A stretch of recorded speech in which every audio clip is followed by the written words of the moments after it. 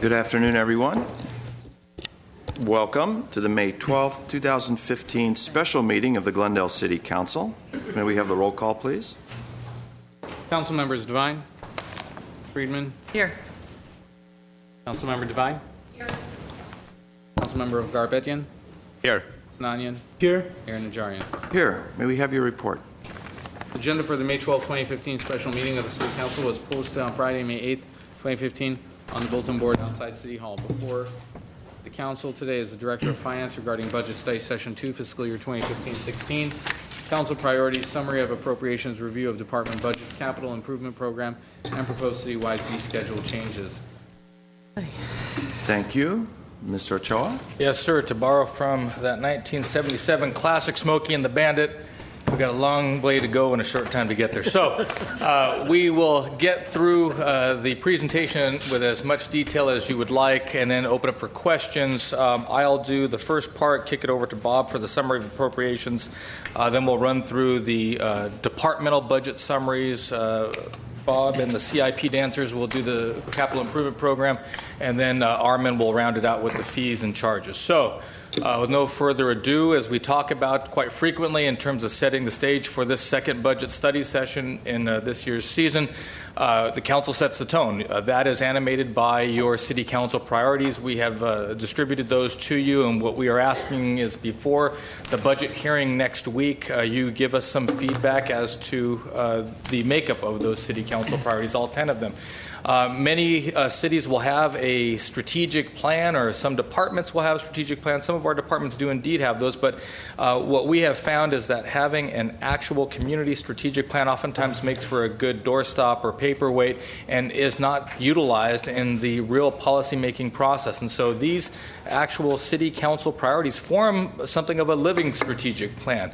Hopefully what you have seen and what you'll continue to see is that all the department goals and objectives do tie back to these priorities that really are the structural members of your strategic plan for this organization, for this community. So they are the framework. They establish your vision. We do try to keep a balance between long-range perspective as well as the immediate community needs, and we seek to test this on a pretty regular basis, so much so that every 4 years we do the Citizen Satisfaction Survey. We'll be doing that again this spring as part of Management Services strategic plans, but we also have other formal and informal feedback loops during the course of the year. I have to say, as much as I'm not really into the whole social media scene, we have used that to a tremendous benefit because that allows us to capture a great deal of feedback, both positive and negative for whatever it's worth, in a real-time basis. And kudos to the community outreach and information team in getting and capturing all of that information. When we talk about Glendale-based budgeting, we're talking about the cascading relationship between the City Council, the staff, and the community. Council, as our board of directors, you set the tone, as we say, and establish what those priorities are. From there, as part of each budget year, the way that we keep score is through the department strategic goals. And so each department has its share of strategic goals, and then we look at the key performance indicators. You'll get a smattering of those indicators in today's presentation, but as you know, on a quarterly basis, when we do quarterly budget updates, you have the actual booklet of the literally hundreds of key performance indicators. As we say, one indicator by itself means next to nothing, but when you have a breadth of those indicators, they really form a mosaic as to tell you how well and how much is being done, as well as looking at the outcomes that are generally defined by the department strategic goals. Thus, with no further ado, in terms of your City Council priorities, you have them there in your presentation. This is really a big function of our city's vision statement, in that we look at these 10 priorities and really work from there. So fiscal responsibility, exceptional customer service, and the takeaway there is structurally balanced in exceptional customer service, empathy, and respect. Economic vibrancy is a business plan for us. When you look at an informed and engaged community, the idea is to combat cynicism and try to reveal and put forth as much information as possible in a way that is useful to the community. And I think you would agree that you're seeing that increasingly, again, through the use of social media and our digital presence online. When we talk about health and safe community, we're talking about not just police and fire, but all of the elements that go into making sure that our residents enjoy a quality of life that is second to none in this region. Balanced quality housing is both the protection of existing neighborhoods as well as the cultivation development of new, especially affordable housing. Community services facilities, making sure that we have those types of leisure services and facilities in our parks and our community centers that our residents not only take advantage of but are quite proud of. Infrastructure mobility is the legacy that we leave for future leaders of this great community. Arts and culture speaks to the hearts and minds that elevate us beyond just the built-out environment in this metropolitan environment. In this metropolitan community, and then sustainability, making sure that we also have a long-term focus on what is good for the environment in our little corner of the world. Those 10 priorities, again, are what we ask of you in terms of putting them into some order, expanding them, condensing them, reordering them. Those are the framework. They form the framework of how we deliver service. As I mentioned earlier, we do the outreach and validation to make sure that we're asking the community how they feel about those priorities. And we do that every 4 years. We did it in 2012. We'll do it in the spring of 2016. It is a robust process. In addition to the random sample survey that we will do, last time we used Rose Institute of State and Local Government. We might be able to use them again, or possibly another academic think tank to be able to get a very unqualified, unbiased view of the way that we deliver that service and the people that we serve. But it is interesting to note that back in 2012, we generally got the feedback, the positive feedback from our residents and customers in terms of looking at the services that we provided, their relative level of satisfaction, and how they felt all of you were doing at your job in terms of guiding this community. We also asked them about the priorities that the council has. And it's interesting to note the council has historically held fiscal responsibility as their number one priority. From the standpoint that it's difficult to provide any other level of service for very long without that fiscal responsibility. But not too surprisingly, the residents would look at safety and the public safety element as being their top priority, and then infrastructure and utility. And when you think back to what we were dealing with in 2012, especially as it pertained to GWP, that really isn't too surprising. There was a lot of discussion, a lot of the public debate and dialogue was as it pertains to the infrastructure plan. And our utilities. And so if you wonder how relevant, how germane are these priorities to the vox populi out on the street, it actually does tie back to it on a pretty regular basis. People know what they know, and they know what they want, and they're very eager to share that with you. So as I say, we will continue to, in the spring of 2016, we will follow up with the citizen satisfaction survey and the focus groups. Again, we do the random sample, but the focus groups are a big part of it to help put some meat on the bones, as it were, in terms of the information that we get. Lastly, you saw in this past year the advent of the City Council in Your Neighborhood series.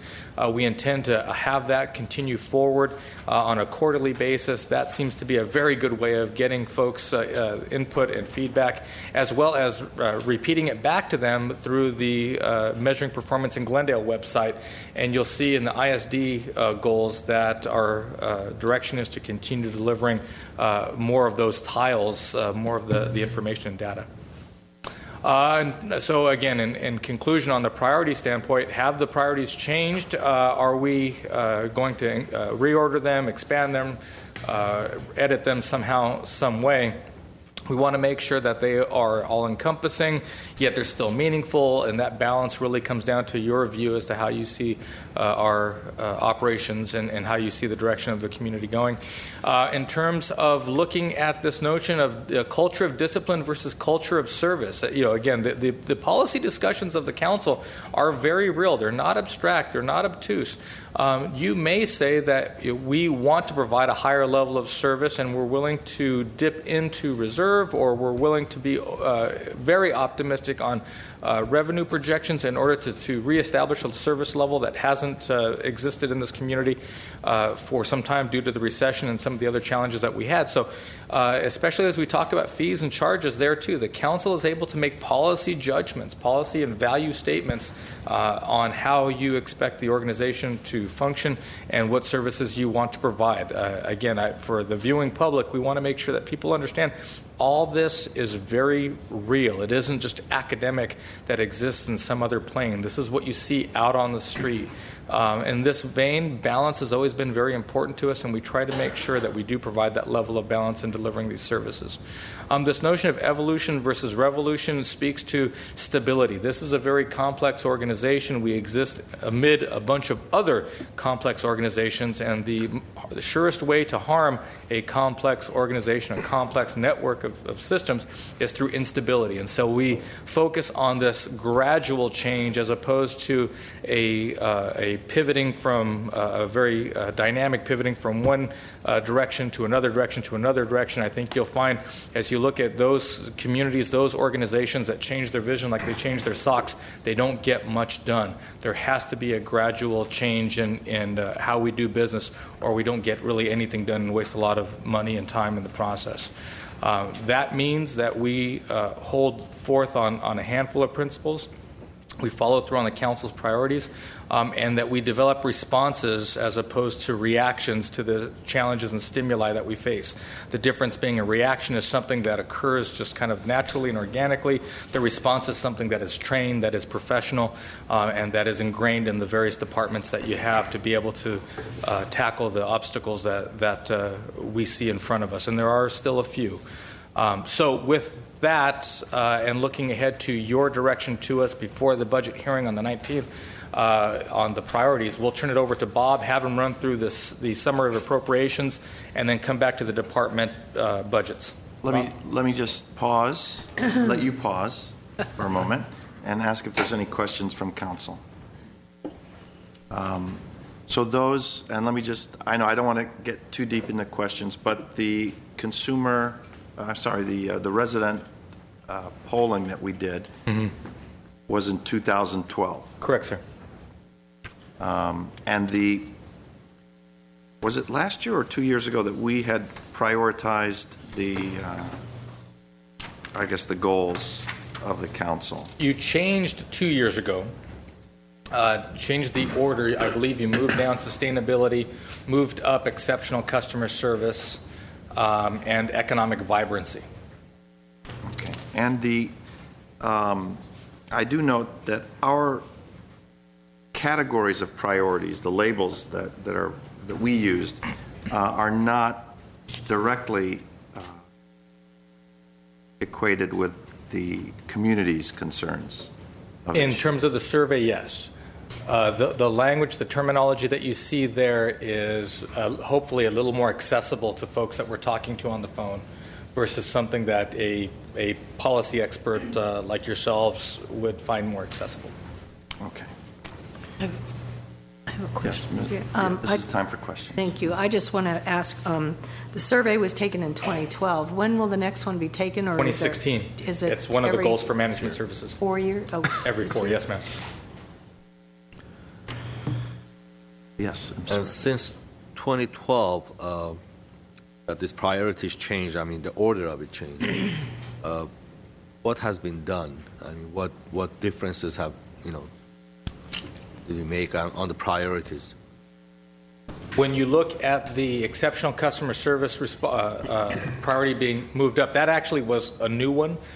Did not exist prior to 3 years ago. So the degree of training and the policy infrastructure, if you will, in terms of putting policies in place and explaining and enforcing those policies onto the various departments and employees as they come online, that became part of the expectations and evaluation. So it is kind of woven into the way that we train our employees. Everything from exceptional customer service training to what you'll see this year coming up in management services, moving towards a Lean Six Sigma program regimen. So it's very real and dynamic. In terms of economic vibrancy, we actually increased, at that point the redevelopment agency was dissolved. Council, in function of looking at economic vibrancy, was not of a mindset to simply allow our economic development program just to go away with redevelopment. And so we actually, council allowed us to put real resources into the economic development program, stood up the Economic Development Corporation, and actually adopted the goal of reducing the Class A office vacancy rate by 10%, which we have now reached. That wouldn't happen without the council saying, here's what we want you to do in a pretty specific way, and here are the resources to go make that happen. Right. So, One more thing, Mr. Mayor. On item one, I think is the most important one, because everything else, comes from that. I think what we want to add in there is to a long range plan as to how are we going to manage our budget in 5 years, 10 years. We have to have a plan. I didn't see that anywhere. I think on fiscal responsibility, we have to add that long range planning. When we did this first session last week, we talked about our basically how our budget is going to be from here up to 2020, and we know what our responsibilities or liabilities are at that time. I want to make sure that we have a plan that we can address those when the time comes. yes, that's what we do, that 7-year projection, and you're absolutely right. We use that to help forecast what the liabilities are, and then through the annual budget process, overlay what how you want to allocate those resources. So we will bring that in even further detail if that's the direction. Right. And the key phrase in this first paragraph is that be realistic in our assumptions. And I think that's a great statement, and we have to live by that. Yes, sir. Questions before we go on? Okay. All right, Bob. Moving into the meat of the presentation, let me walk you through what we typically do in a summary of appropriations. And what we do here is list out all the fund types that we have, and I will go into probably nauseating detail on each of these funds as we dig down into the presentation. But just as way a recap, we're bringing to you a $799.7 million budget in total.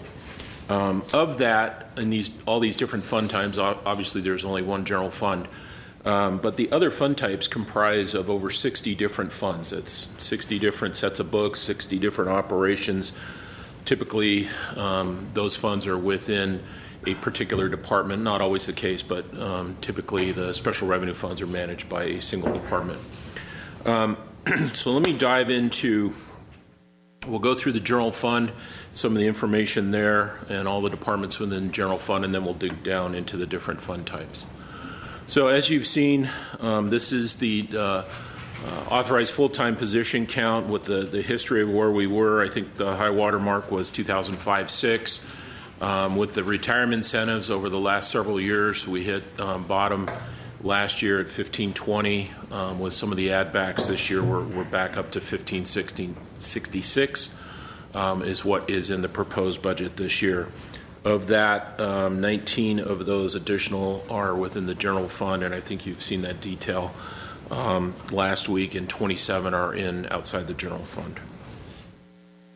So going through the general fund, this is the department breakout, and you see the relative adopted budget from 14-15 and what is proposed in 15-16. Pretty status quo. I will note that with the structural change with internal audit coming over to finance or administrative services, that's the additional amount there, and you'll see a like decrease in management services. Some of the other changes to note within fire were the increases for the GFFA contract and likely some of the PERS costs as well. Again, management services, the decrease, moving audit over to finance at this point in time. Police, we have incorporated the MOU changes and additional costs that we talked about with the DNA lab being added in, some of the costs there. All in all, again, the general fund total budget is $182.89 million, an increase of about $8.3 million from last year. The increase on police was from where? The DNA lab moving to? Police was, there were some of the MOU increases. We had the DNA staff and some of the M&O, maintenance and operation costs, that came back from the grant fund into the general fund. We also added back a lieutenant and a sergeant for some of the changes in the police. Special revenue funds. A little bit about special revenue funds. We established those to house a particular revenue, as the name suggests. Most oftentimes they are either a federal or state grant, which has restrictions, which is why we put it in a special fund. For example, CDBG, obviously a federal grant, as is housing. Those money come to us from the federal government. We account for them completely separately. They can only be spent on those items of which we receive the money for. Housing assistance is probably the largest single special revenue fund at $30.4 million, slight decrease from last year. But again, we build the budget around the grants that we receive. And there could be some fund balance remaining from prior years, so that's typically programmed as we move forward and for those particular programs. Workforce Investment Act, that's for job training that we receive money for. Urban Art Fund, self-explanatory. Glendale Youth Alliance, that's for our youth employment. Our low and moderate income housing fund, that's kind of a leftover from the redevelopment days. That is funded from ROPS and the loan repayment that we get from the state if we get the loan repayment. Economic Development Corporation, or Development Fund, that's where we house the new Economic Development Corporation. We moved some cost there this year. We've got the Alex amount subsidy budget in there this year. We established a miscellaneous grant fund primarily for public works. In that this year is some bus purchases and fare boxes. We made a little change from some of the other transit funds, so we'll have the purchases go through here.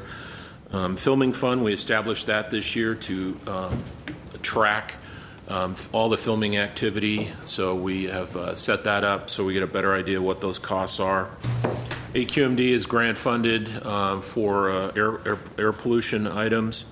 Public Works Special Revenue or Special Grants Fund, that's just to house the kind of leftover miscellaneous grants and some of the costs involved with that. We have a slew of transportation special revenue funds, Measure R. We have the local return and regional return. They tend to vary in terms of the amount of money we get. We did budget last year. We had some bus purchases in those funds.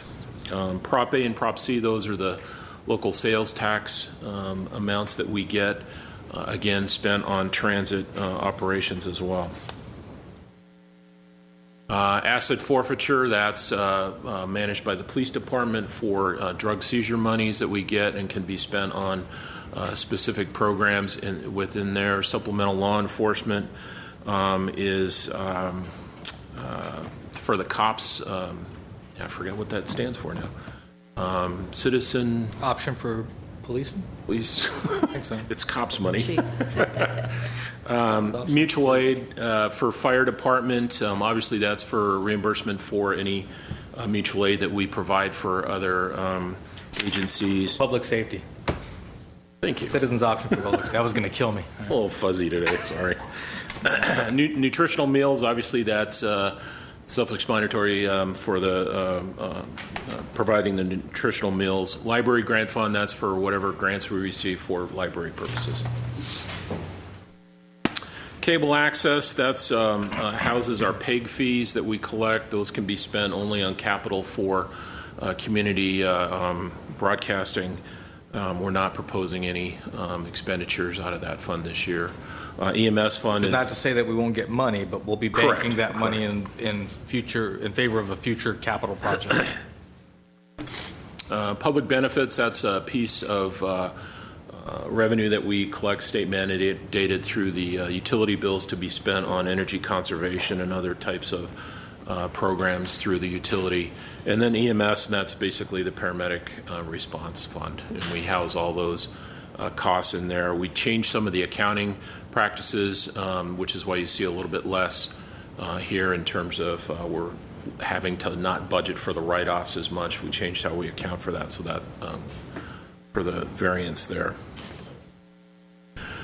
What happened was we typically used to budget the full revenue, and then we only get paid a portion of it because we don't get full cost recovery from the state or whoever The pays caps bill. are established for us. So with our last auditors, they came through with some rather obscure FASB pronouncement that said instead of grossing up your revenues and then writing off a chunk of it, instead of doing that, you just write off against the net revenue. So we have a less appropriation that we have to budget for.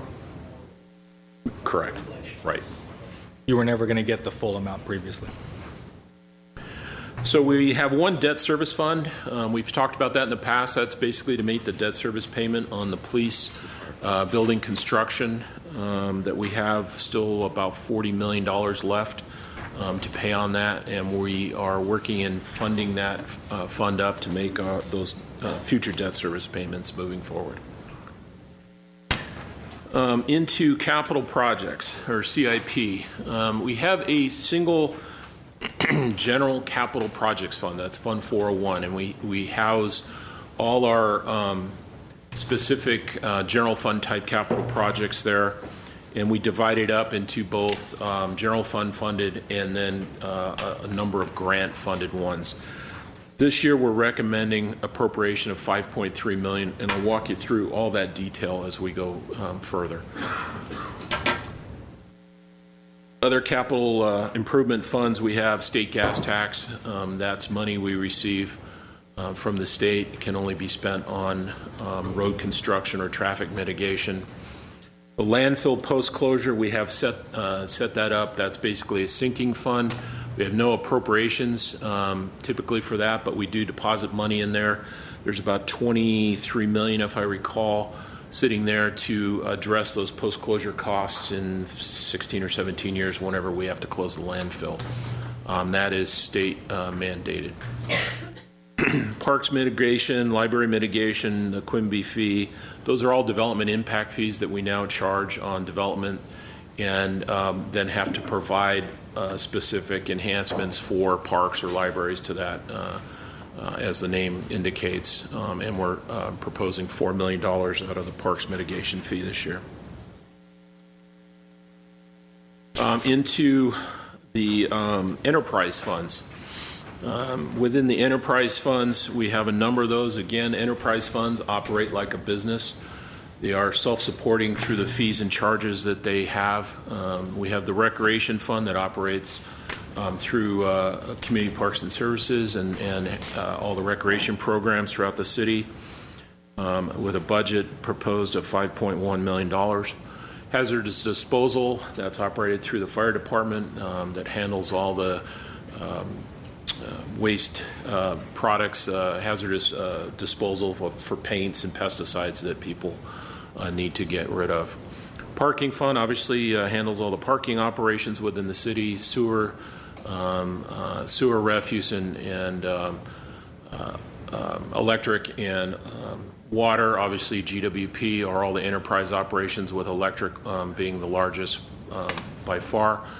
As you recall, we have a number of electric and water funds because of the charter mandate. It's really only one operation. We report that as one operation, but we have to do it through a number of different funds through the charter. That's why we have a revenue fund and a depreciation fund and a surplus fund and so on and so forth. Again, the waterworks, revenue fund, depreciation fund. We have a particular in electric and water.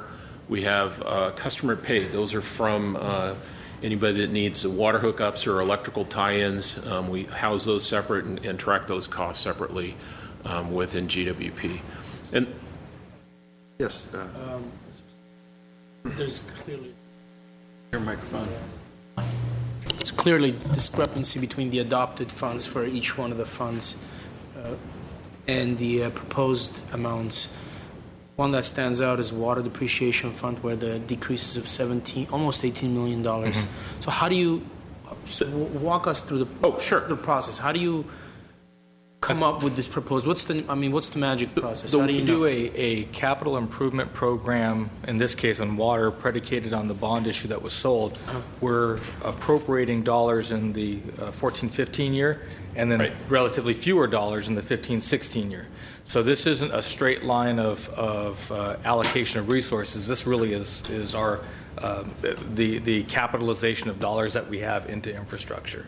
So it'll be up and down depending on what you happen to be spending based on your CIP plan. But the revenue fund is the operations for the water fund or the water operation. The depreciation, as Scott said, is the capital. Last year we appropriated all the bond proceeds that we had sold. So this year we have far fewer. We have some remaining bond proceeds. So I think this is additional appropriation, and then we're actually reprogramming some of those, so we don't show the reduction on prior years, but it's really just reprogramming on some of the projects. And I will run through all those projects in later slides. Last enterprise fund we have is the Fire Communications or Verdugo Center, which provides fire dispatch services for Glendale, Burbank, Pasadena as the Tri-City operation and owners of that operation, and we provide it, I think, to Chief 11 12 contracts cities throughout the region. Internal service funds, again, to remind everyone, internal service funds are cost centers, if you will, that we set up internally so we can capture specific operations and track those and manage those costs through a single fund.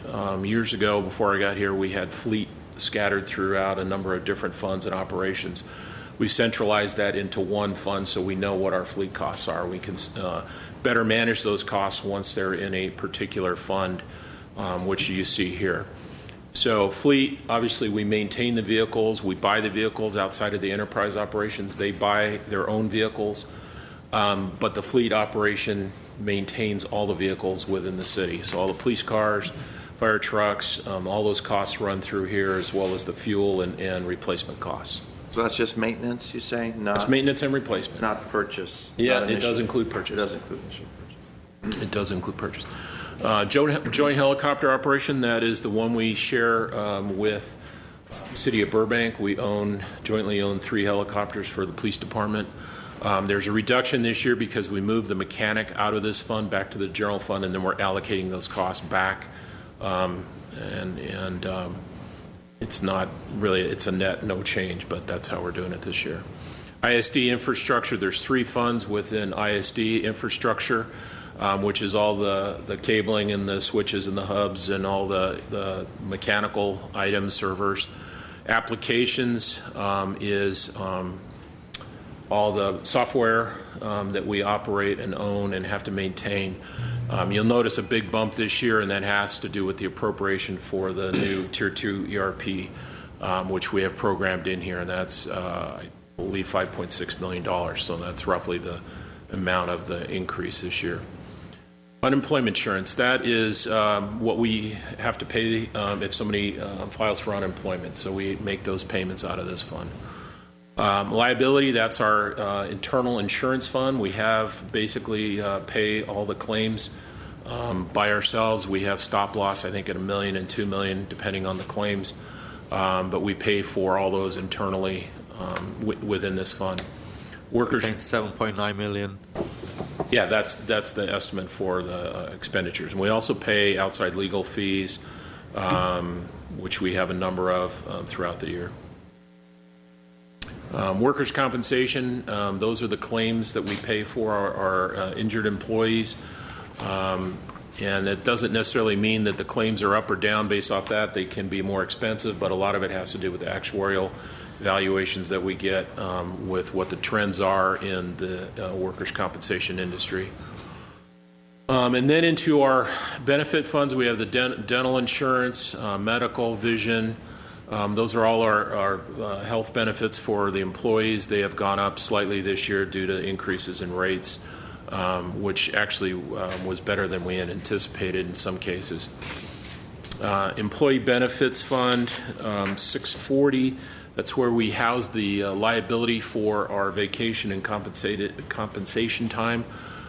So we have payouts out of there. So that's what's in this fund. RHSP, same. That's the liability we have for payouts to the retiree health savings plan based off the accrued time that our employees have. The post-employment benefits fund, that's the old medical plan we had for older employees. And you'll note the big bump here. 5.6 million of that is where we had originally parked the money that we received from the state when we billed them for the unfunded PERS costs of the redevelopment employees. We had put that on one of the first ROPs. We actually paid it, which I didn't think they would. So we put the money in this fund. It's been sitting there for a couple of years. So we've decided that would be a good funding for the Tier 2 project. So that's why there's a $5.6 million additional budget this year for coming out of that fund. What would aside from parking that money that you discussed, was it the unfunded? The redevelopment, unfunded PERS for the redevelopment employees? Right.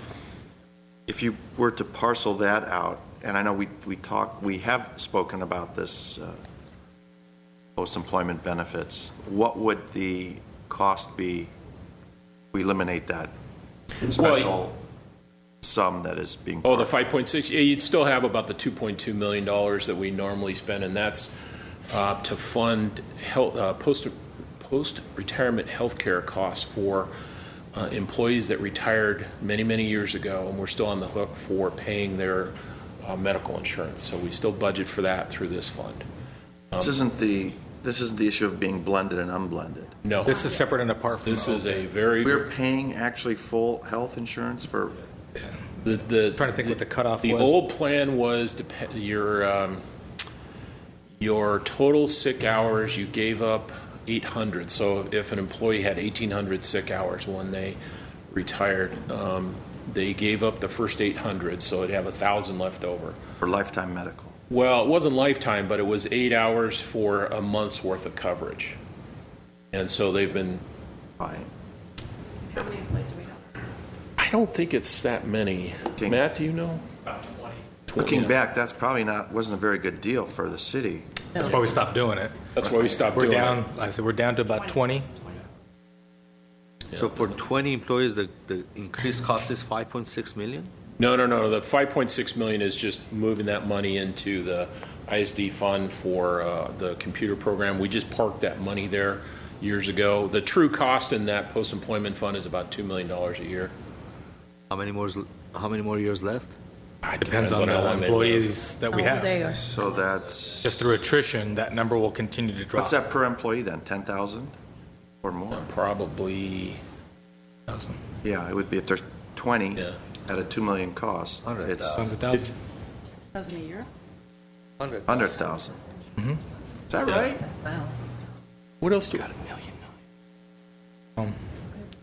Oh, okay, yeah. And the retirement incentive is paid out of that. I apologize, I forgot that.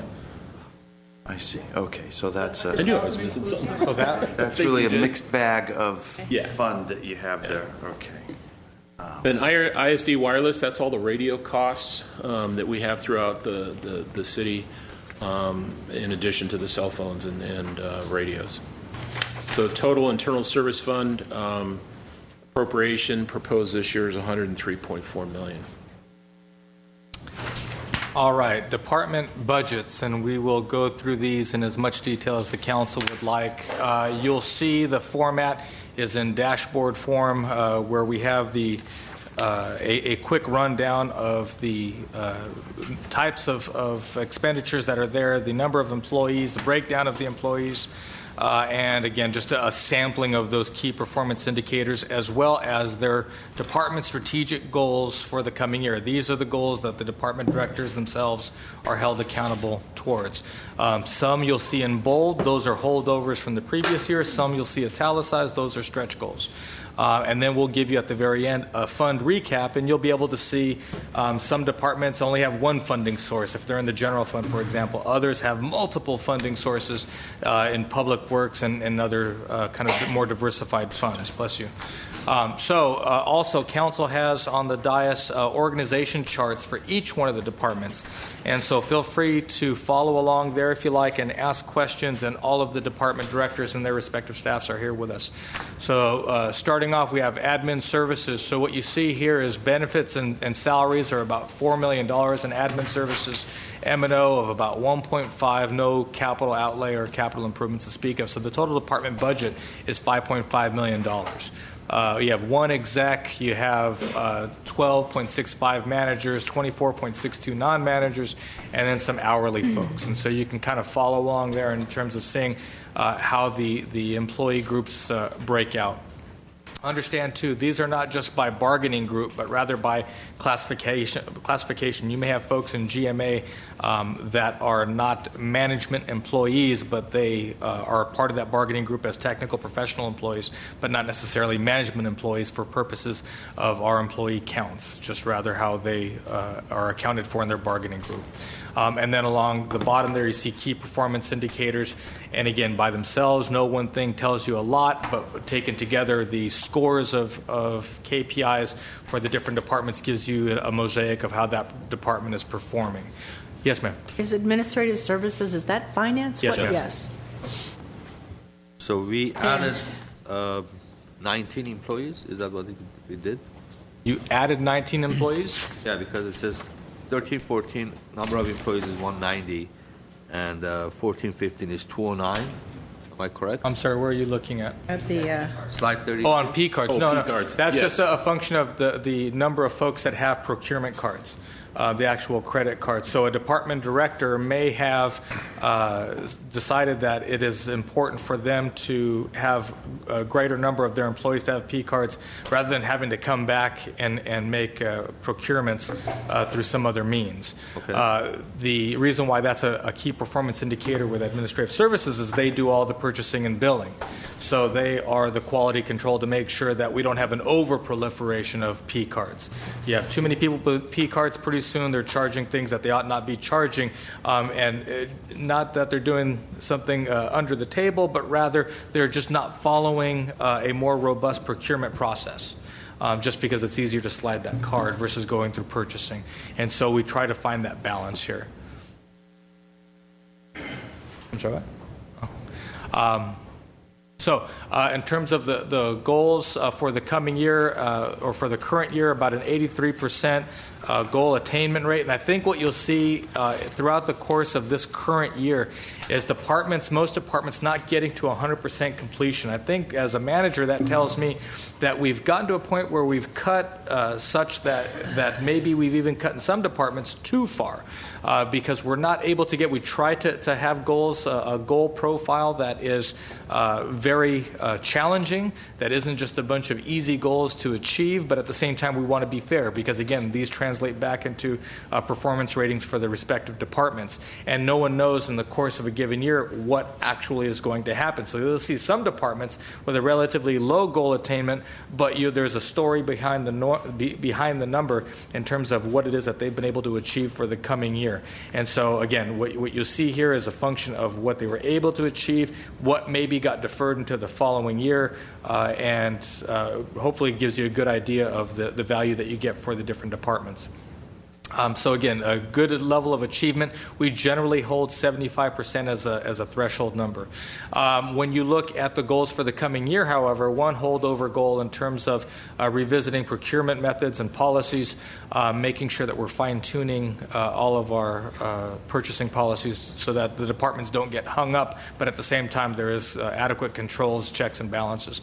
The BRC registration in collaboration with CDD, trying to to get as many of those BRCs out in circulation and thus have the fee for the BRC remitted, that we don't leave any money on the table, that we are recouping as much cost as we can, and at the same time understanding who is doing business in our town and where and under what circumstances. Bob had alluded to the Tier 2 project, the vendor contract, and commence with the first module, which will be the HR payroll module. This is the employee or the enterprise resource program, effectively the backbone of our entire computer system as City of Glendale. The one that we have right now, the PeopleSoft system, is old and is scheduled to be replaced, and it's extremely burdensome. In fact, I believe tonight on your agenda you have one item on the agenda that speaks to a bridge contract that'll get us from where we are with PeopleSoft to the new Tier 2. Effectively, we just don't need all the bells and whistles that we have in the existing system. We need something off the shelf that's more aligned with a government entity like we are. Yes, ma'am. Well, that next slide. Okay. Then OPEB liability, we talked a great deal about. The idea is to put a plan in place by the end of the calendar year. The building maintenance fund, which the council opted to fund at your last study session, thank you very much. That'll help with deferred maintenance most assuredly. Cost allocation, redoing the cost allocation for ISD. So everybody that pays the ISD charge, making sure that that is a best reflection of what their needs are, what their infrastructure profile is. And then compensation alignment strategy, we've talked about this in terms of trying to ensure that we are paying average as best we can and aligning to the market within our financial constraints, and then getting the internal audit unit ready for external peer review.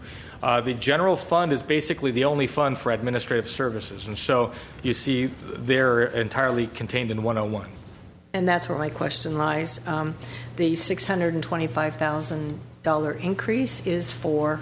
The movement of internal audit staff primarily over, as well as actually it's almost entirely the internal audit unit, some M&O. We did do some changes with a reorganization in personnel, but I believe if you look at the sheet from last week, it's effectively a net zero of the reorganization that Bob's executed within his department. So we've moved a whole unit from my office and management services over to internal audit. We have, or into administrative services, have not executed the ordinance. You'll recall that there is a state law pending that may undo this very move. And so internal audit could conceivably have to come back to management services. So we haven't done the ordinance yet. So this $625,000 could come down, be reduced in that? Well, but it would show up in management services. You're right, we'll go in another. Just comes into the other budget. Okay, and so in administrative services, then management and executive make up a third of the staff? Correct. And I think you'll find that in pretty much any internal service department. Where you see just the opposite is mostly in the external service departments, where your management ranks are probably about 10% of the overall department. And then when you look overall at the city profile, we're at 19%. 19. City Attorney's Office, these are the numbers here. Again, because of the nature of their operation, a bunch of attorneys, or fewer than there used to be, they will skew more heavily on the management versus the non-management side. You see the benefits, salaries, and a handful of the key performance indicators. Certainly, if you have questions about those, Mike can address those. I would tell you that in the coming year, they plan a very busy year now that they they're about to move forward with part of the reorganization that's contained in your update last study session. One holdover goal in terms of the public compliance with Public Records Act and e-discovery. The insurance process is something that can be cumbersome, so Mike's looking at trying to streamline as best we can so that there's not a lag between the approval to execute a contract and the actual execution based on the insurance approval of the insurance documents that are being provided by the vendor, so that we don't lose as more time than necessary. Something that's come up that council's aware of is looking at our local hotels and motels, working with CDD, fire, and police to focus on those problem locations and use our the administrative citation ordinance to a more effective degree. Then also looking at bringing forth an ordinance to City Council to allow us to utilize and experiment with different types of contracting methods that are increasingly becoming best practices for cities, whether it's design build or contractor at risk. Yes, sir. Just please explain the MOUs. Is this the liabilities that we paid for? I mean, the claims that we had that we paid for, because on slide 39 it indicates liability insurance fund is pretty much the same. The liability insurance fund Yeah. is that's our internal. You're looking at the key performance indicator. Which one? Okay. Can you explain Claims the received? MOU, please? What is that MOU? The MOU? 7 million. M&O. M&O. Yes. That's Maintenance and operation costs. so contract for services. Online legal services, Lexis, M&O Nexus, and this is a liability fund, so That is the books, liability fund. fees, Paying claims. licenses, everything. stuff like that. And liability fund is in that as well? you said? Correct. Yeah, And that's part of- that's largely Part of the city attorney's budget. right. The liability fund, which pays for claims, litigation, and litigation costs. Okay. But that would translate into the M&O. Right. So if they make a payment out. Okay. Okay. And you see the balance of the goals, civil service reform. Yes, ma'am. I'm sorry. So that liability fund, how are we doing in that fund? Better than Yeah. in I years see the past, for number, sure. but I don't know what your goal is to have in there. Liability fund actually has a fund balance, I believe, around $8 million. Do you have a target for that? To keep it in the black. Yeah, no, Essentially. truly, not to be flipped, that is what Yeah. it is. And it wasn't for a long time, just because of I thought we were upside down. Way as a upside result down. of the landslide litigation. Right. We It were took us a way while to get out of that, negative. but Okay. due to our That's our one of our overall- recovery stories. So it's kind of like, it's almost like a reserve, and in some ways, you don't want to start taking money out of there just because you have money in it, because you never know when you're going to have. Correct. And it's an estimate of how much you're going to need to pay your claims and your litigation costs, both settlements, judgments, and your attorney's fees. And so it's If you win costs ever, which I know we rarely do, but if Yeah. you do, it would go back into that fund? yes. So when you recover the legal fees from Comfort Woman statute lawsuit, districting, anything that you might go after legal? It would go back. Certainly, it would go back to that fund. To answer your question, it has about a $9.2 million fund balance at this point in time, but we still have a fair amount of claims, outstanding claims, as we normally do, of about $10 million. So it's in good shape. Here you see the city clerk's office, relatively small operation. Artie does a great job for us. You see the breakdown in his personnel, some of the key performance indicators for his department. And similarly, where he's in general fund, city treasurer, a similar kind of profile in terms of the budget breakout, the personnel goals and objectives. When you look at community development, you get into one of the larger line departments, and you see the adjustment that I was talking about with respect to the personnel breakout. $67.7 million in total budget, a good chunk of that. The M&O here would be, a lot of it is going to be the Section 8 housing program, the housing assistance payments.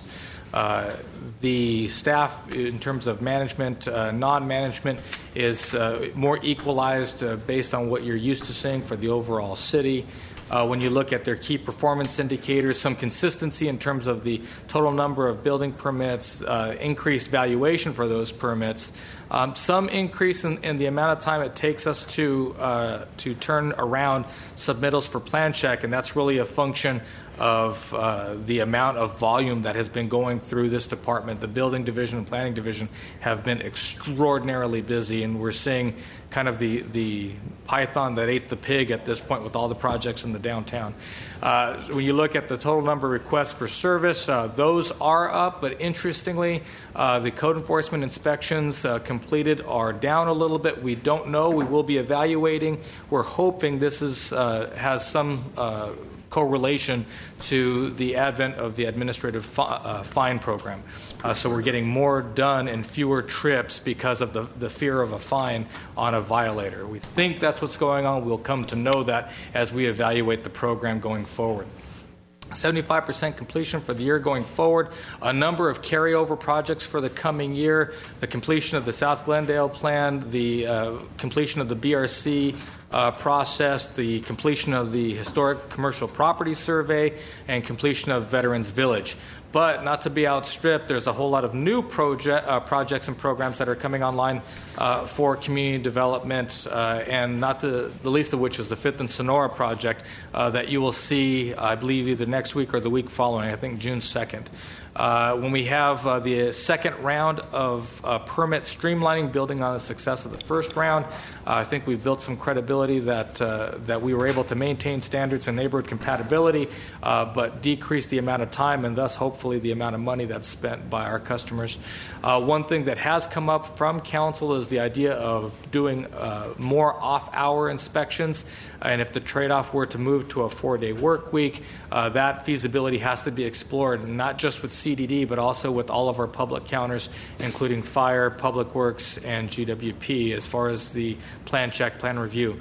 A landmark project for us this year is going to be the initial stages of Space 134, both in envisioning the open space as well as developing what the roadmap is for the entitlement and the infrastructure plan. We'll also be looking, I mentioned earlier, working with the City Attorney's Office on the motels and hotels that generate large calls for service, about 9 of them scattered throughout 3 different corridors in the city that speak to our priority of public safety. Safe and healthy community.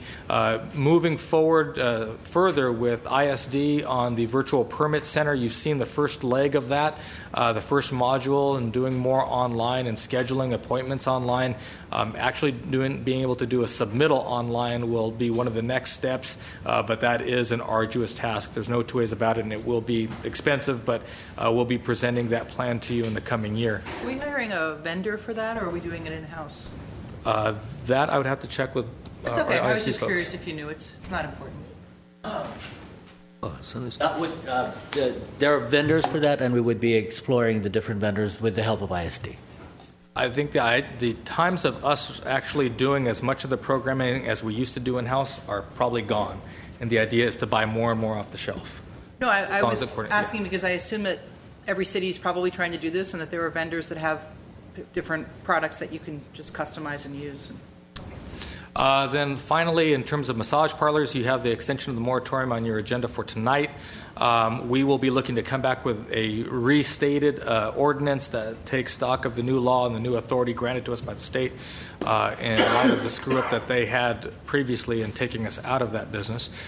So that'll be coming back to you this coming year. And then utilizing more technology for code enforcement officers. We're having a lot of success with handheld and mobile devices and being able to do more in the field, cutting down on the cost of the back office and getting more and more reliable documentation by going digital and wireless. And then hopefully, again, these last 2 are stretch goals. This is the initiation of a West Glendale community plan, but all that is predicated on completing the South Glendale plan. A whole lot of funding sources. And as I mentioned, in terms of the M&O, you can see Housing Assistance Fund is a big chunk of this department, from the CDBG fund all the way through to the different grant funds, Lomont Housing Fund. You see that a lot of different funding sources make up this department. And now that that list has gotten longer because we've moved transit into CDD to be married with mobility planning. So planning and mobility work together in a kind of a more progressive posture, and looking at what we build and how we build has a transportation component to it. All in, again, $67.7 million for the proposed 15-16 budget. Why doesn't that go to Public Works? We had it in Public Works, and that's a kind of a traditional way, but even more old school than that is to marry mobility with land use planning. So your planning and what you build and how you design spaces should have a transportation element to it, as opposed to just build it and then come up with a transit plan after the fact. The full integration, I think, of land use planning and mobility speak to us putting this reorganization into effect this past year. Yeah, but what if we want to buy buses or pave a street or put in a electrical charging station, which are uses of Prop A and C? Still works. So Rubik's got to go to Hassan's group and say, hey, and they're going to say, wait a minute, that's for transit-oriented development, and back off.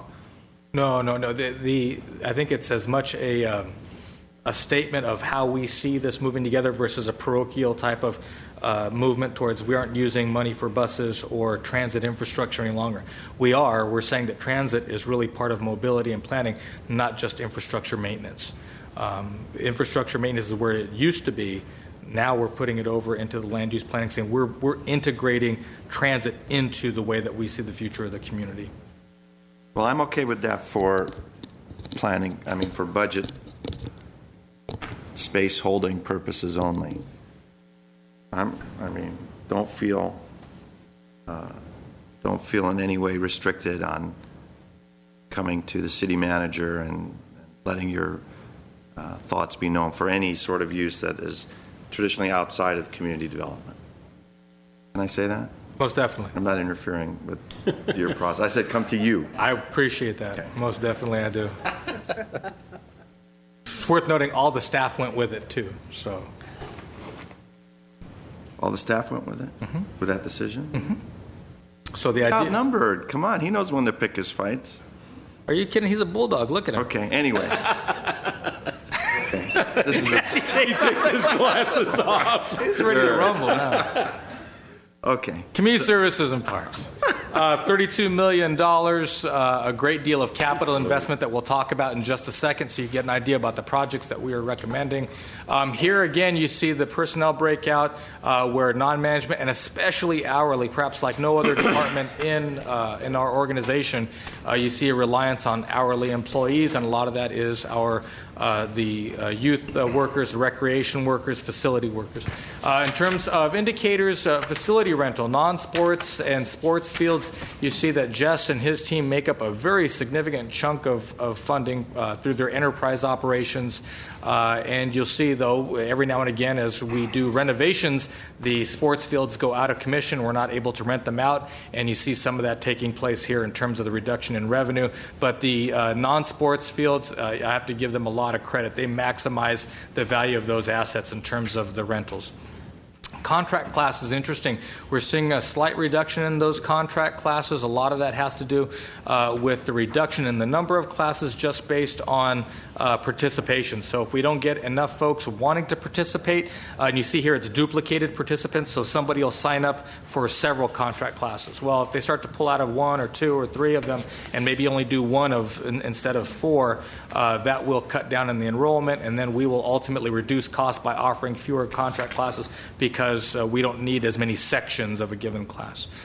So between the contracts and the recreations, that's the dynamic that you see. So lower people using it, lower cost or lower revenue, but also translating into lower cost. A new indicator for us in terms of starting wage at Verdugo Job Center, because the VJC is part of the Community Services and Parks team. A whole lot of projects that end up getting carried over and that will start up in the coming year. So don't let the completion fool you. When we look at the coming year, trying to make more use of the nonprofits in town is something that we'll continue to work on, up to and including either if it's a website portal on our new website or really just convening more sessions of the Executive Director Roundtable. That group seems to have fallen away just a little bit. You talked about this last week, the move towards drought-tolerant plantings and removal of turf in non-play areas. We have, under new legislation, we have to recertify the VJC for the regional WIB. We will do that. That is very important. We have no reason to think that it won't occur, but if we were somehow negligent in not doing that, the VJC would cease to be the WIB, and it could go to a private provider. So Jess and his team are very focused on making sure that we get recertified there. It's important for us and the region. Facility rental income, we have hit new heights in this current year, so the goal for the coming year is to sustain that rental income, because you'll see how it translates into enterprise dollars and into capital improvements, particularly up at the sports complex. The master planning process for Fremont and Central Parks will get done this year. In fact, Fremont is well underway. There is a meeting upcoming, I believe, this week or next, following up on the Saturday afternoon session or Saturday morning session that took place last month, and a lot of good public feedback on what they want to see in that very unique park, because it's big enough to have lots of different both passive and active recreation areas. The One Glendale program is the name that we've given to the Youth After School Sports Collaborative with GUSD. As you know, this is a pilot program on 4 different campuses. If it does work, if it is successful, we will be coming back to council and the GUSD to seek joint funding to expand the program, because it is rather scalable, and so we can do it on more and more school district campuses. And at the same time, hopefully be able to utilize, as directed by council, more school district sites as community parks by opening on the evenings and weekends. You'll see the final closeout at Palmer, Duke Mason, and the sports complex for the projects that we have there, most notably the program at the sports complex for batting cages. That'll be a lot of fun and something that I think will drive even more revenue from that facility. The urban development strategic plan. This is something that council has asked for. You wanted to, and you will, if you bless these goals, come up with a guiding strategy for how to use development impact fee dollars in the central and southern parts of the city. Again, the council sets the tone. You want to tell us what those principles ought to be, then you'll be able to do that as part of that strategic plan. And then Space 134 and a security camera program. Again, lots of different funding sources for this department, everything from CDBG, the human service programs, like the supportive housing, the ESG grant, and then you see workforce investment and Youth Alliance, to the parks mitigation fees and the capital planning and expenditures that we'll tell you about in just a second. $32 million. Yes, ma'am.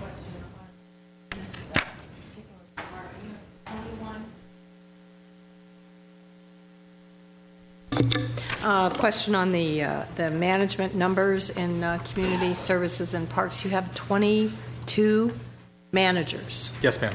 And I'm looking at the org chart. Can you kind of give me an idea of the management that they're responsible for? Or, sure. Or which ones are? It only makes up 8.4% of. Right. Of the employees. However, in that department you have 140 hourly, so that kind of skews the number of, or the percentage. But so my question is, can you tell me Sure. the need for that many in a management position? Because that's higher salaries, higher PERS, et cetera, et cetera. Higher responsibility, most definitely. Uh-huh. When you look at the parks operation, if you flip open then to your org chart, what you'll see are the breakout of the different sections, and I probably would tell you, if you were to look, I'm sorry, the page isn't numbered, but if you look at the third chart, that'll give you a pretty good idea of what you're going to see. The managers for this department are an accounting manager at the workforce or at the VJC. You'll see a community services administrator, 2 community services administrators, 1 in recreation, 1 running the operations inside of the facility. Community service manager, 2 community service supervisors, 1 in recreation, 1 in general fund. 2 housing program supervisors, homeless program supervisors, a park maintenance supervisor, a park services manager, park services administrator, so there's 2 of them, 1 for sports and recreation, 1 for the general kinds of passive parks. Is there a real demand? Is there a lot of work involved in those 2, or there's no way of putting those two together, or? To the extent that we have well more than 30 parks, yes, ma'am, and I would say that you need to have somebody who understands how to manage a sports field, and somebody that just does all the other parks that we have. The ability to manage both the employees out in the field as well as the regular scheduled maintenance, as well as all of the apparatus that goes into it, whether it is understanding the play equipment, the facilities that are on site, all that, it would be too much for one person to do. You have 3 community services supervisors, 1 in CDBG fund, 1 in general fund, 1 at the workforce investment, and then a workforce development administrator. All told, that's your 21.1 managers. And as you look at that org chart, when you see the different sections that break out, that I think gives you a good idea of the diversity in terms of the managers, where the Community Services and Parks Department is at this point become much more than just a Parks and Rec function. You also have all the human services programs that are there, whether it's homeless services, whether it is the youth and family services, you have the workforce investment services, and then you have the various facilities that are managed. So I would venture the argument that they're about as lean as they've ever been, and on at least on the maintenance side, probably too lean still. But that's the funding that we have available. So it seems like it's more about managing events and programs than it is about managing people. Depends on the section. So if you look at the parks services, the parks maintenance folks are going to manage more people. If you look at the recreation side, it's going to be more programs, but also some of those people. Certainly we can have Jess come up and answer any questions, but I don't know that you're going to find that he's overstaffed, certainly not in the management rank. Let me point out one thing, too, on the numbers. When you see the 141 hourly, that's full-time equivalent. So that could be 2 to 3 times the number of actual bodies because they're seasonal, like we hire a lifeguard for 3 months. So that could be not 141. That could be 300 or 400 individuals that are managed through summer activities or part-time classes or that type of activity. So that's a little misleading in total numbers. The head count is a much, much higher number than what that 141 is. Well, that falls under, who does that one fall on? What management position does the hourly, or is that? Well, there's those are going to be just temporary, seasonal. That'll be that could be your parks maintenance folks, the landscapers, as well as the recreation folks. So when we run the summer day camps, you're going to have in the summer months lots of hourly workers. Mayor, Jaron, council members, it includes lifeguards, day camp, recreation leaders, our weekend facilities maintenance crews, all of the GYA workers. When you add up those hundreds of pieces of part-time equivalents, equals the part-time, full-time equivalent number. In terms of managers, 1/3 of the managers in our department are actually section heads. That includes the section head of park maintenance, the section head of recreation, the section head of GYA, the section head of homeless programs, the section head of the CDBG program, and the section head of administration in our department. And then they are, then reporting to them would be the supervisor level, and they supervise a significant amount of those hourly employees on the weekends, during the evenings. Sports complex is open from 8 in the morning to 10 at night, 7 days a week. There's soccer and baseball and other activities and hiking going on throughout the whole time that it's open, and so we need part-time staff and supervisors to be working those types of facilities. The supervisors include staff supervising each of the 4 community centers, so each of the community centers has 1 supervisor and then a number of part-time staff under them. It includes the supervisor at the Civic Auditorium, and it includes the supervisor at the sports complex. So those are very responsible positions, and it's a healthy combination of supervising programs, especially grant managing the grant funds, and supervising staff. Okay. Thank you. All right. Mr. Ochoa? Yes. Are we at the end of community services? What I would like to do, before we get into fire, would be to take a 5-minute timeout or halftime break. And I know we have a lot. What did Smokey say? Did Smokey say that, or the Bandit? Well, that actually was Snow. Jerry Reed's. Maybe if we can just take a very short 7-minute break at 1:30, we'll recommence. So we'll go into recess and recommence at 1:30 just for a stretch break.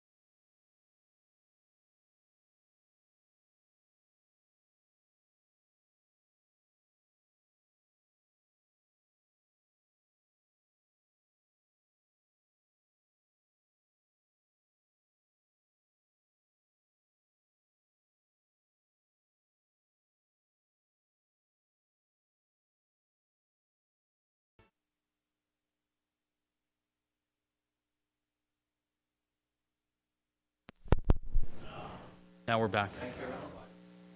Thank you, everyone. Please take your seats. Thank you for returning promptly at 1:30. And we have gone through a lot of information. Many of us on council only got the electronic version of these details yesterday. And in the event that we have questions or would like to get some follow-up information, do we still have an opportunity to do that, Mr. Ochoa? Yes, sir, absolutely, all the way through the budget hearing next week. So this is just a study session in anticipation of next week. So as we go through this and the light bulbs start to light over our heads, and the midnight oil gets burned at home, and we have questions, we can certainly return to you for individual explanations, or if we want something to raise to the public and to staff in an open session, we can do that as well. Yes, sir. Okay, thank you. So I'm going to give it back to you. I cut you off. All righty. We are looking at a $56 million fire department budget for the coming year. You see their personnel breakdown there between the chief, management positions, non-management. In terms of their indicators, pretty static in terms of the time and the responses. But you see, for the first time, I believe ever, we've eclipsed 18,000 calls for service. That number, when I got here, was closer to 16,000. Then this past year, 17. We're getting to 18,821 calls for service. That's a lot of calls. And of course, the vast majority of those are EMS calls. Some relief that you see in terms of overtime hours worked, that's a function of reduction in IODs getting some people back, as well as staffing up. You know that we've had some recruitments this past year, and what that translates into is fewer overtime work because we have a full complement of firefighters, paramedics, engineers, and captains. So that's all very good stuff. Our goal is to maintain that, and trust me, it's easier said than done.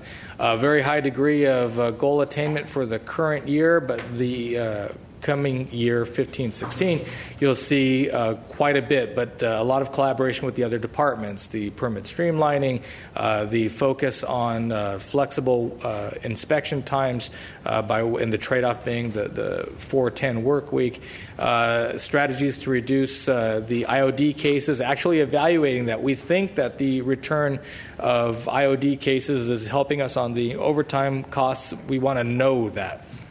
By the same token, we have implemented a new evaluation tool in the department. We want to evaluate that to make sure that it is not just a very streamlined evaluation tool, but it actually is improving performance and performance reviews.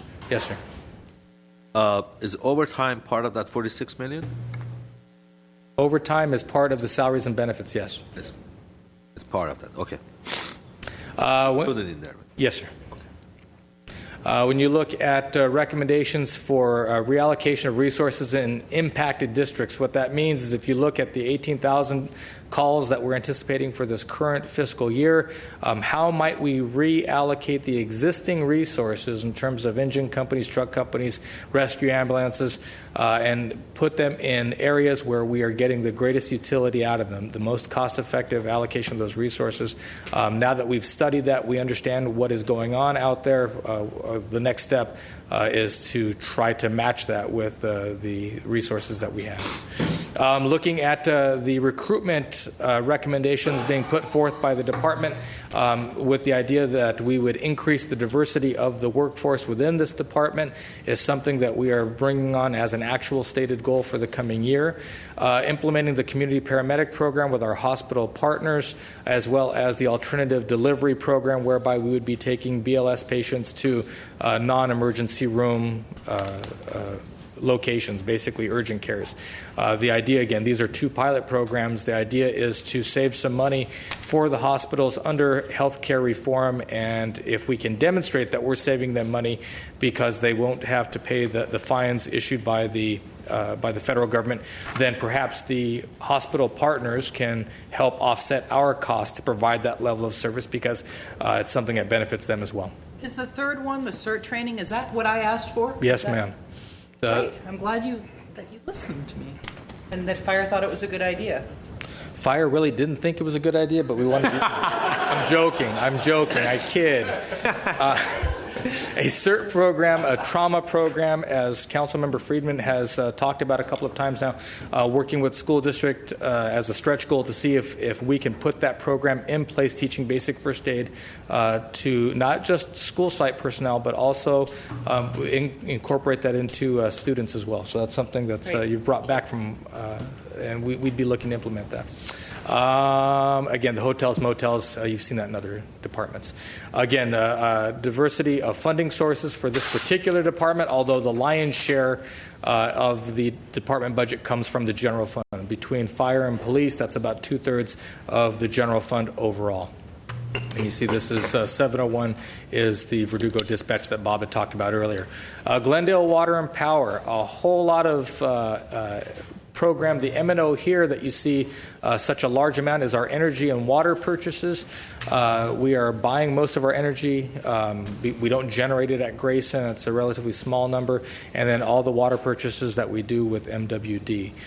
So the overall budget at $333 million, almost $334 million. But about a third of that, less than a third of that, is actually salaries and benefits for the folks that work at GWP. You see the breakout there in terms of management and non-management. And in terms of the performance indicators, you're seeing the impact of water conservation. We're pumping less. We're importing less from MWD. And through the regular maintenance and actually the addressing a couple of very key locations in town, we've been able to mitigate the number of water main breaks. Boudry Terrace is something that has been the bane of our existence for quite some time. When you look at the improvements that we have in terms of the infrastructure, the conversion to the 12 kV feeders, we're actually able to lower our costs on kilowatt hours sold and also have greater success in preventing outages. So a lot of good stuff happening with GWP with Mr. Zern here. 100% completion over this past year, and so we are actually upping the ante in the coming year for the department's strategic goals with this particular department. In addition to the shared goals with CDD, Public Works, and Fire on streamlining as well as counter hours, the IRP will be coming back to the council in the coming month. In June 2nd, I believe, and that will lead us down a path in the coming year that really will dominate the coming year by way of understanding what to do with Grayson Power Plant. The construction or completion of Grandview Substation is a goal, and the ongoing conversion of 4 kV to 12 kV feeders is something, again, until we rebuild out the entire system. Something that is very exciting is a fiber optic business plan. We talk about asset management and taking advantage of the infrastructure that we have, where possibly turning something that we need, if we can make it value added, generate some revenue back to the city overall, or at the very least to GWP and offset their costs by selling some of our dark fiber to private businesses. So working with economic development to offer an amenity to business and at the same time generate some revenue back for the city. Implement the customer mobile access data account. So like everything else, being able to have the ability to access your account through a handheld mobile device and provide you a full range of customer services on the secure media. So those will be the goals that you'll see for the coming year. But again, Grayson and our continued ongoing infrastructure will be the big pushes for the coming year. Are there any plans to increase our alternative energy portfolio? I know we're at 33% now, and Mr. Zern? Mr. Mayor, Councilmember Devine, we are about at our 33% goal now. In December, our long-term purchase power agreement with Skylar kicks into effect, which is predominantly renewables. You'll see something tonight where we're going to they've asked to expand the definition of renewables so they can give us more than just solar. But it's highly likely that number is going up. Whether it goes all the way up to the 50% that the governor would like or somewhere in between at 40, it's going up. So we have to continue to seek out and develop alternative renewable energy sources. So I know we're ahead of the game right now. We're ahead of the game now, but we don't want to rest on our laurels. Right. That gives us an advantage over a lot of different agencies who will be scrambling towards the end, especially as they buy and sell credits and do all these other things. We're comfortable, but we don't want to get complacent. So we're going to still be out there in the market. Okay, and that's not, is that part of the strategic goal is to? It isn't. It's part of our overall strategic plan. Okay. And something that's an ongoing issue with us. But as Mr. Ochoa had indicated, we were able to reduce our cost per kilowatt. That also is a function of us going out in the market and buying renewable at very competitive prices. So Great. Every day. Human Resources, another internal service department. You see here the $57 million sounds like a lot. We also incorporate all of the workers' comp program, the medical benefits program, so don't let the size of the budget under M&O fool you. That has a citywide reach. The department itself is only 26 employees. The indicators are more a function of keeping the operation running in terms of filling vacancies. And as you saw in the fire department key performance indicators, where we can fill vacancies and keep all of our positions filled with able-bodied folks, that actually speaks to our ability to control costs better. When you look at the current year, a whole lot of stuff being done by the Department of Human Resources. Very productive year, but again, not to be outdone. Next year will be just as ambitious.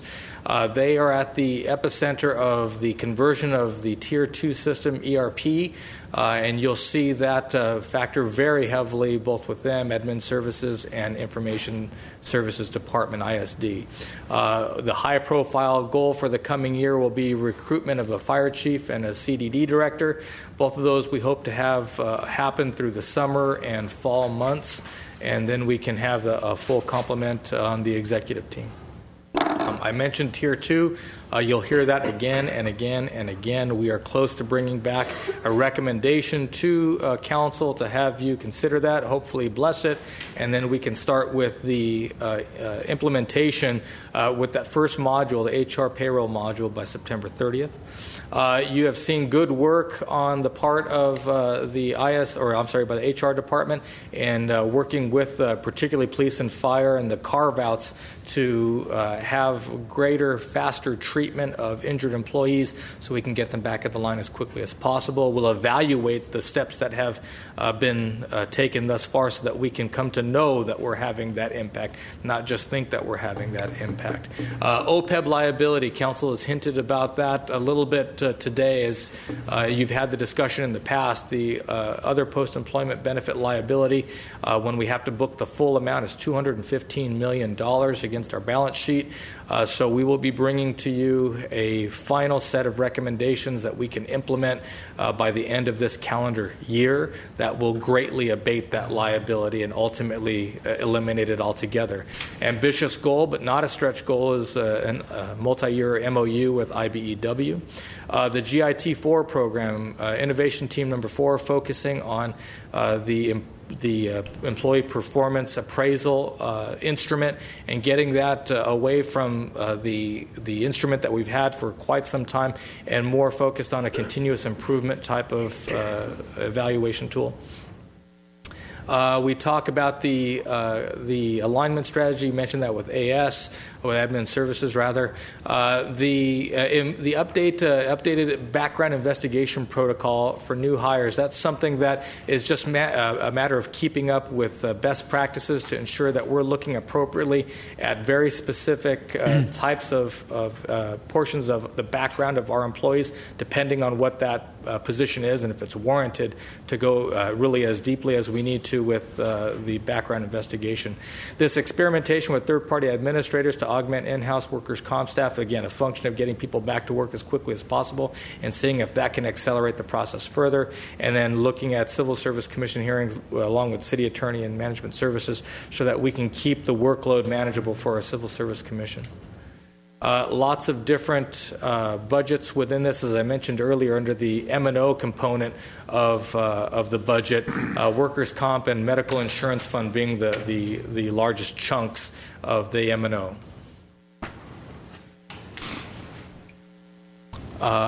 Moving on to information services, a very robust current year and coming year. You see the breakout of the different personnel groups. at this point, Brian Ganley has probably done more to invigorate the ISD department and move it forward than we've seen really in the last several. Brian has brought on new staff to help with the current staff that he has, and I think it's a fair statement that the ISD team is at a higher performing clip than it's really ever been. And wanting to challenge that degree of proficiency that they have now, again, you'll see that they are at the spearhead of the Tier 2 program. They will complete the server virtualization program, which started this year and was funded by the City Council. And then what you'll see, something that Council has brought up previously, is this notion of maintenance and disaster preparedness, particularly as it pertains to all of our data and all of our customers' data, ensuring that we have an environment to protect that information, and if and when we do go down, we can bring it all back up very, very quickly. Not necessarily something that's terribly expensive, but something that hasn't been done heretofore, and I think Brian and his team are certainly up for that. The rest of it here is basic types of upgrades to the infrastructure. We've been doing a lot of catch-up, and I'm very pleased to say that we are indeed, by the end of this coming year, really have caught up with everything that Glendale should have been doing up to this point. You see the virtual permit center that we talked about with CDD, completion of the P25 radio system, expansion of the measuring performance in Glendale website, doing a new cost allocation formula to really reflect the new way that we do business as ISD. So the things that we promise departments actually are getting done, and then we bill back for those in terms of the maintenance function. And then the security camera program with City Attorney's Office and CSP in particular, making sure that we know what it is that we're trying to capture and what the legality is of the information and the video, the data that we do capture, and what can we do with it so it's useful. The three basic funds that Bob had indicated for this department, you see them there. They're all internal service. And we do have a good chunk of resources for this department, and we intend to use it to bring really Glendale to a leading edge type of profile for information services.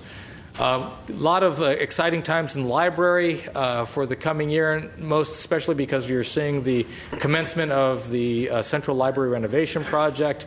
You see the salaries, benefits, and M&O.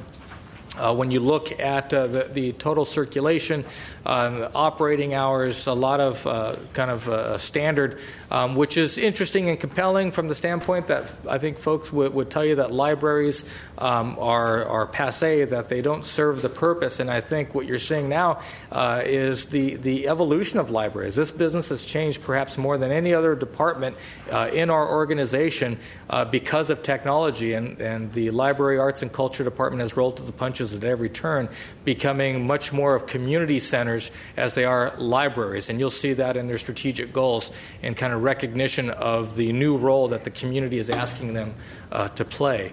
A very streamlined department, lots of hourly employees and non-management employees.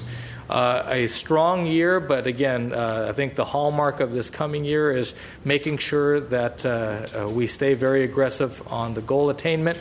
I mentioned previously this new service model, neighborhood libraries. You look at our branch libraries, trying to understand what does the community need at a given branch library and recognize and appreciate that it isn't the same. The needs in Adams Hill are different from the needs in the Grandview branch, are different from the needs in Montrose and from Casa Verdugo. And so you'll see a customization. You're seeing it now at these different library locations, sometimes in collaboration with the GUSD, other times with some of our other nonprofit partners. But the idea of trying to find people where they are and find out what they need and give that to them, evaluating at 6 and 12-month milestones. One of the most exciting ones will be up at the Chevy Chase brand library, or the Chevy Chase branch library, where today we're open for 11 hours a week. But if we can work with a private provider that would open the facility, operate the facility almost as a private concern, either as a market for the canyon, so those folks don't have to leave the canyon, travel 20 minutes to get a gallon of milk, or possibly even for a small boutique type of restaurant that folks can also check out a book while they have lunch. The sky's the limit. Nothing is off the table in terms of trying to find a way to increase service hours at that branch. But again, it's a time to innovate, and this department's shown that they can do that. You'll see the renovation project get to about 66% completion by the end of this coming fiscal year. Council blessed the RFID system for the coming year and bringing the library system, the library collection, to modern age. You'll see the makerspace and the MIM room being more completely realized and visualized to the council's preference, and also develop what the programming is going to be for the first year and a half of the opening of the Central Library. We did this at Brand, well before the Brand Library was finished, much in a Bill Walsh, San Francisco 49ers type of mentality, scripting out the first 18 months of programming and refining that. So when we actually opened, we hit the ground running and were able to increase circulation and foot traffic through that facility. And I think we're still realizing the benefits of that. And then implementing the next year of the Arts and Culture Commission and their very robust work plan. Again, altogether, you have a $10 million budget, but the vast majority of that is housed there in the general fund. Did everybody understand the Bill Walsh analogy? No, I absolutely Okay, not. why don't you just can't throw that out there. Tell us what it is. Explain to Bill Walsh. Bill Walsh was a tremendously successful coach, and he scripted out the first set of plays before every game. He had a game plan. And so you learned those plays, and that's what got you ready. It got you to a finely honed edge to start the game. And And again, that was that footballs thing? that was Fútbol Americano. I knew what you meant. I appreciate that, Mr. Unless Mayor. you're like all of the coaches. Anyway. Here in management services, you see the breakdown in terms of our personnel as well as the budget. We basically we try to stay out of the other departments' ways and provide them with the resources, leadership that they need when they need it, and at the same time provide service to council. We've had a relatively successful year on the same clip as most of our other departments, but I think as you look to the coming year, we really can feel the momentum at our back. First and foremost will be the recruitment of the assistant to the city council position, making sure that you have support, making sure that you're successful in the community makes our job that much easier.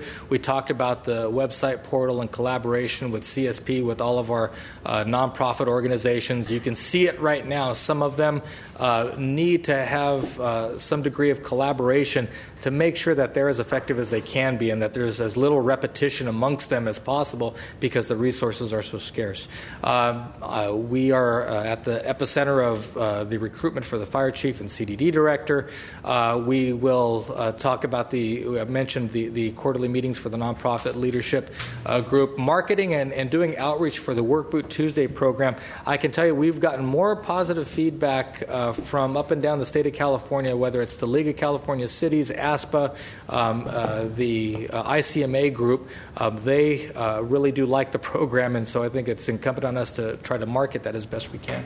A new Meet Me on brand marketing effort with the economic development folks and community information, working through the Lean Six Sigma training program, basically process innovation. How can we reduce the amount of times that different people have to touch an application that comes through the organization, regardless of whatever development or department it's from, getting fewer people involved in it and thus making better decisions at the point of attack so that we can keep costs as low as possible.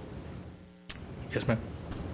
I just want to go back for a second. I have two questions. First, the city mission and vision statement branding, what is that? Can you expand on that? Is that part of the branding that we did in the past, or is this something different? That's taking the branding that we've done in the past, the Glendale animated, and mixing that with the new vision statement that was mission statement that were created in this current fiscal year. So the city of Glendale will deliver exceptional customer service through precision execution and innovative leadership.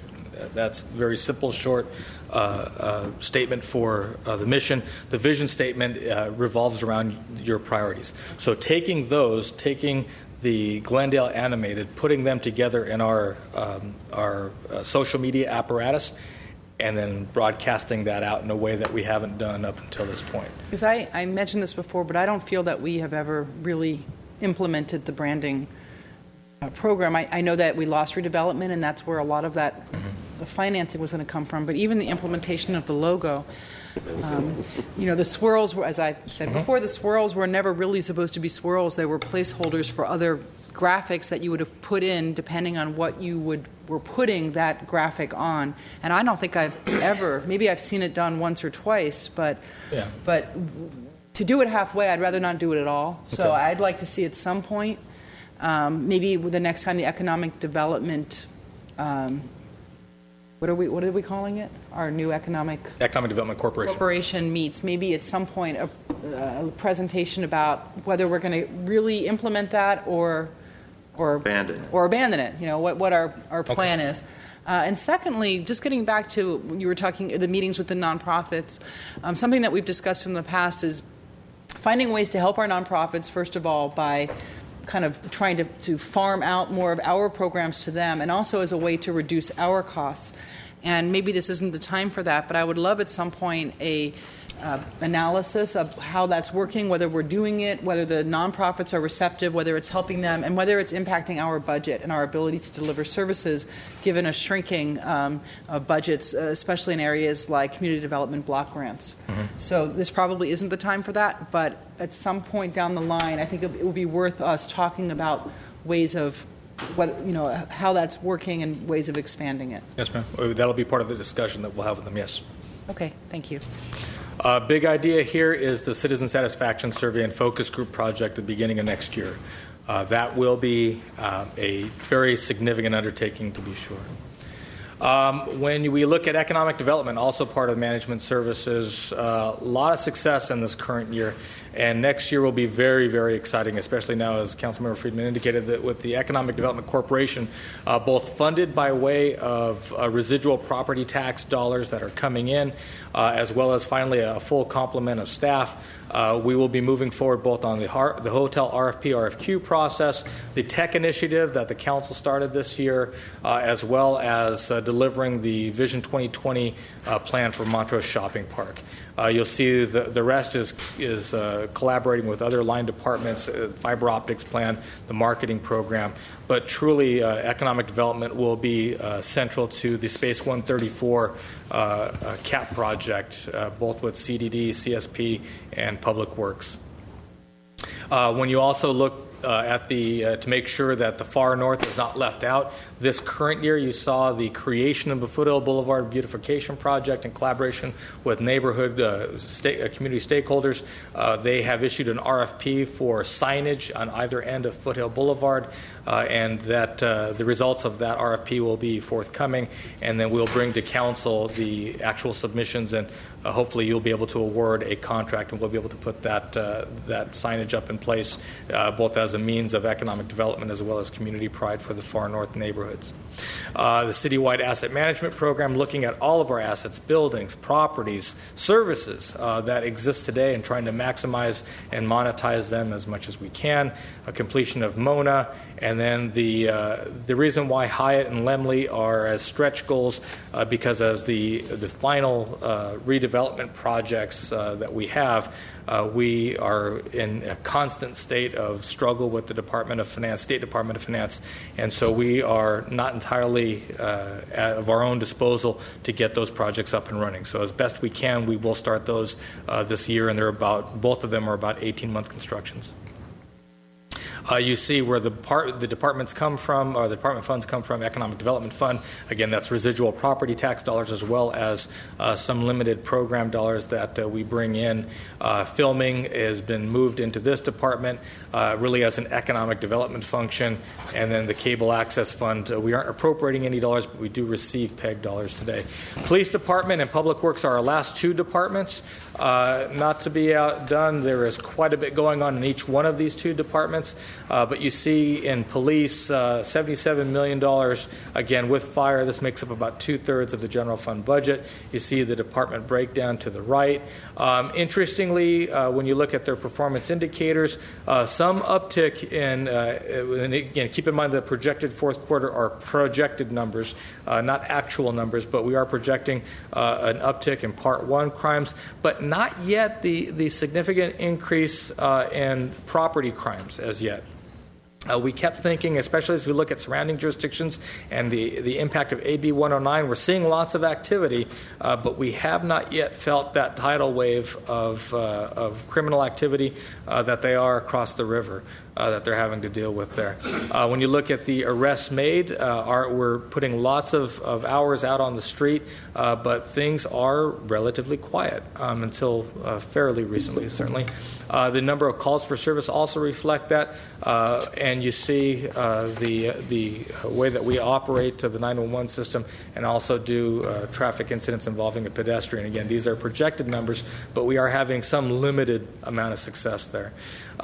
We have a significant goal attainment. The coming year will promise to look at different ways to save money and economize. Some of it will be through technology, like the program that you'll see tonight in terms of the handheld traffic. Sure. Oh. Sorry. For 15 minutes. Sure. When you look asset forfeiture, the special grants, the movement of money for the COPS or the certificates of participation for the debt service on the building, and then the helicopter program basically is the largest chunk there. So $70 million in the general fund, and you'll see the smattering of other dollars for those other programs. And what percent? Microphone. Sorry. I knew that. I was just testing you guys to see if it's... what percentage of that $61 million size and benefit is the overtime? Overtime budget and PD, Bob, you know offhand? Don't know off the top of my head. Ready? You're saying 3? A little over 3 million? So 3 million of that 61 is overtime. That's what I'm being told, sir. Sorry? That's what I'm being told. Okay.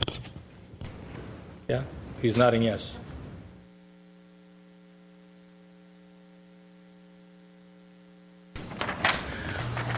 When we look at all the information that's coming through police department, a lot of these projects are collaborative with other departments, and you've seen some of these grant or some of these goals previously. What you will see, and again, the civilianization of selected functions. Now that we've moved the DNA lab entirely in-house by way of the funding, you'll see the production of that scorecard and the use of that scorecard as we go out and seek other clients as well as grant funds. And then this continued push on pedestrian and traffic safety. I wish I could say that we'd been more successful, but we are having some limited success going forward. You'll see a report that the chief is putting together, trying to understand really what is reality for us in the AB 109 world. Are we just moving forward right now with a marginal change in crime patterns, or can we come to rely on the lack of activity, the relative lack of activity, and why? Understanding why is just as important as appropriately diagnosing what's going on out there on the street. Why aren't we seeing the same types of increases that they are in the city of LA, for example? But lots of good stuff happening within this department. Again, you asked about the different non-general fund budget programs. They're listed out here, and some of them that are in capital you'll hear about in a second. Public Works is the last department that we have, one of our larger departments, and certainly as Mayor Najarian indicated previously, this will be a year of infrastructure, and you'll see that in Rubik's department, both in traditional public works infrastructure as well as some other interesting quality of life type projects now that we've consolidated project management inside of the Department of Public Works. When you look at the on-time performance, you'll see some of these are holdovers, and this will be the last time that you see these indicators in the Department of Public Works unless we move transit mobility back to Public Works. But at this point, these will move over to CDD. What you see happening in terms of cost per ton collected, people are throwing away a little less trash is what the indication seems to be, and they're putting more into recycling. And so that's good news, but you also see a slight reduction in our revenue for tons collected. One thing that we are trying to get a handle on, and you'll see it in the coming year, is the percentage of scheduled versus non-scheduled vehicle replacements. Right now we have an aging fleet, so we are anxious to replace as much of it as we can, if not retire it. That way we are doing more preventative maintenance, scheduled maintenance, versus just dealing with breakdowns. When the machines break down, when the vehicles break down, then it's a drain on productivity for both the garage fleet section as well as the sections that are using the equipment that has since broken down. Part of that will be, again, utilizing technology in the faster system so that we best understand when vehicles are supposed to be coming back for that scheduled maintenance. A whole lot of stuff in the current fiscal year, a pretty strong degree of attainment of goals, but the two things that seem to dominate the discussion are the Shoal Canyon landfill. As you know, we are going through the CEQA process now. We are assembling all of the comments, responses to the comments. I expect that will come back to you this year for finalization, either certification of the CEQA process or just putting it back on the shelf. We are hopeful, though, that we'll be able to process the expansion. Whether or not we actually move forward with an expansion is a different question, but at least to have it there on the shelf is useful. A little bit disappointing, we've had some fits and starts on the anaerobic digestion project. The size of our project and what we have been willing to move forward with isn't necessarily aligning with the market, so we may have to rescind the RFP and then reissue it, maybe redefining what the scope of the project is. But a whole lot of good stuff that's going on this current year. And when you look to the coming year, the APCI, the Average Pavement Condition Index, we have a new consultant that's coming on board, so we'll be able to report back to you. Recall that Council voted on that earlier this month. That information will be coming back to you.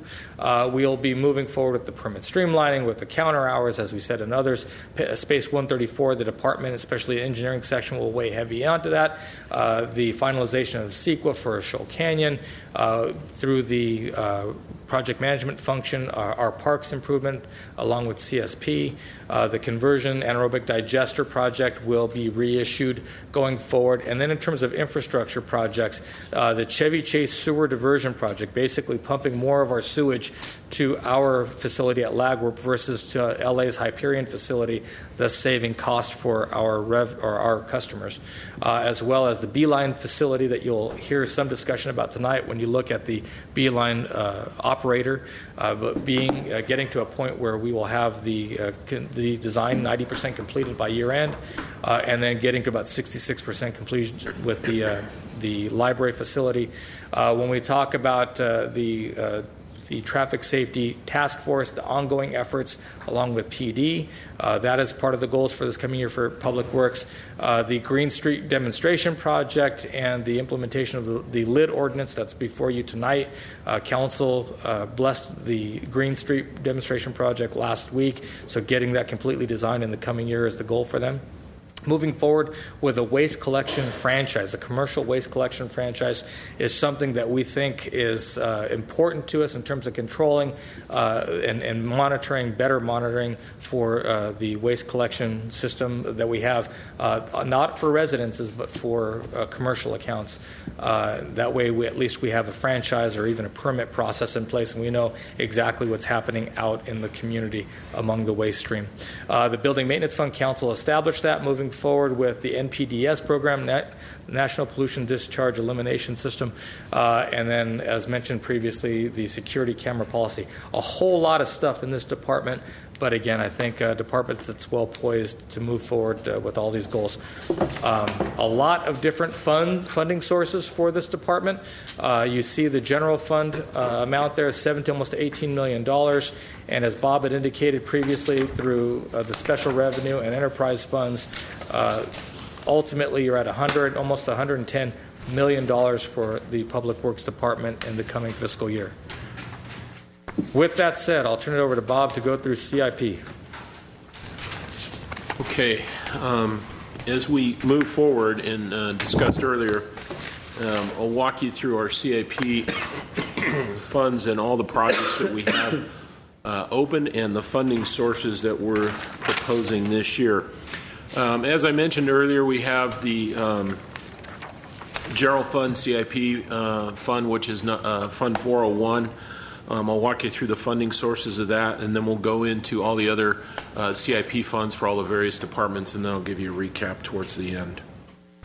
The CIP summary in total, Fund 401, we're proposing $3.3 million in new programming this year, and I'll get to all the details there. Within Community Services and Parks, there'll be about $5.6 million. In community development, about $5.8 million, and then a large chunk, as Scott just alluded to, within Public Works and the Sewer Fund, about $14 million, and in gas tax, $4.3. So total proposed CIP funding for this coming year of $19.3 million. So diving into the detail, I left off GWP, my apologies. About $44 million at GWP for a total of $79 million. So moving into Fund 401, just by way of background, a little history on our general fund capital projects.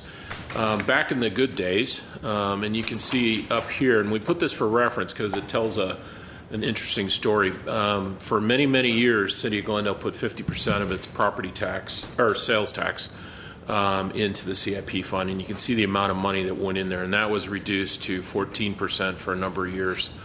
I arrived around here, and we reduced it to 4% and ultimately to 0 during the Great Recession. And so not a lot of dollars have flown into CIP, so it's been a big struggle. We've made the commitment to start peeling some sales tax out of the general fund and funding that to the tune of 1% in the past couple of years, and then in 15-16 we're boosting that to 1.25%, which doesn't sound like a lot, and then ultimately our goal is to get to 2% and see how that operates the fund. In addition to the sales tax coming in, you can see the $471,000. We take the tipping fee from Shoal Cane and it goes into the CIP Fund 401. The appropriation in there, I mentioned the projects at $3.3 million. We also take $2 million for this year and move that over to Fund 403. That's the landfill post-closure account. Again, that's the money we have to put aside per the state to be able to close that landfill and cap it and vent it and all those good things that you have to do when you close a landfill. All told, we walk through the year that'll leave us with a net surplus of $1.3 million negative, which isn't unheard of in a CIP fund, and it's an ongoing iterative process as we fund it. Our resources, again, are $3.9 million with the proposed appropriation of $5.3. We had it leaves us with ending negative fund balance of $1.7 million, and that is not unusual. It will catch up with itself as we have appropriated a number of projects that'll take some time to get through, and oftentimes projects will be appropriated and not spent during the year, so it's not a huge area of concern. So within 401, we have a lot of projects, and just to break down, these are the ones that are not grant funded, so this is money that's coming through the general fund. We have, in the last couple of years, we've listed out all the projects that are still ongoing. You can see the life-to-date project budget that we have and what is remaining as of March of this year, and any new appropriations in the far column. So even though there's only a little bit of new appropriation for this year, there's still a lot of ongoing projects that have been appropriated in prior years, for example, like Station 29 reconstruction and Station 21 HVAC. Those are existing projects that are still continuing at this point. Are they in process or? They're all in a variety of stages of process. Some are right at the beginning, some are towards the end. You can see that typically by the amount of dollars left of what's been appropriated. For example, Station 29, it has had $1 million appropriated. There's still $999,000 left, so it's barely started. Moving on to Public Works, there's a variety of projects outstanding. Signal power backup, ADA, that's a constant ongoing project of ADA modifications to the various facilities. We've added a little bit of money this year at $125,000. City Hall renovation, putting $250,000 this year for that. Station 24, $40,000 for a generator. Municipal Services Building roof restoration of $250,000.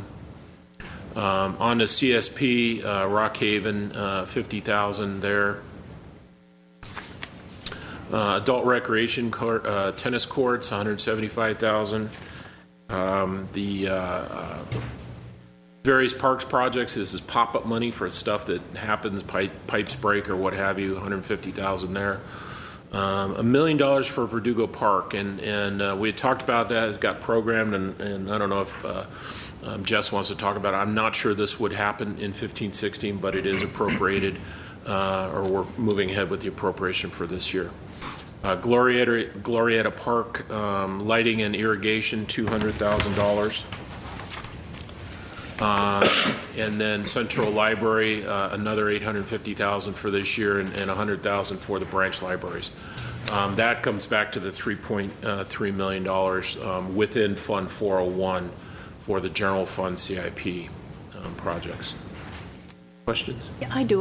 The tennis courts at the Adult Recreation Center, what is? Can you explain that? That was, we had. That goes back, I believe, to high school, yeah? The replacement of the, yeah. Oh, okay. Mayor, Nigerian members of the City Council, this is actually the result of an environmental mitigation measure when we built the Adult Recreation Center. We needed to replace the tennis courts that were there, so in collaboration with the Glendale Unified School District, we are rehabilitating their existing tennis courts. Then we will have those courts accessible to the public during non-school hours, and that's what this project is about. All told, it's about a $600,000 or $700,000 project, and so these funds would go to leverage the cost for that project. So it's at Glendale High. I beg your pardon? At Glendale High. At Glendale High School. So it's a joint project with the high school.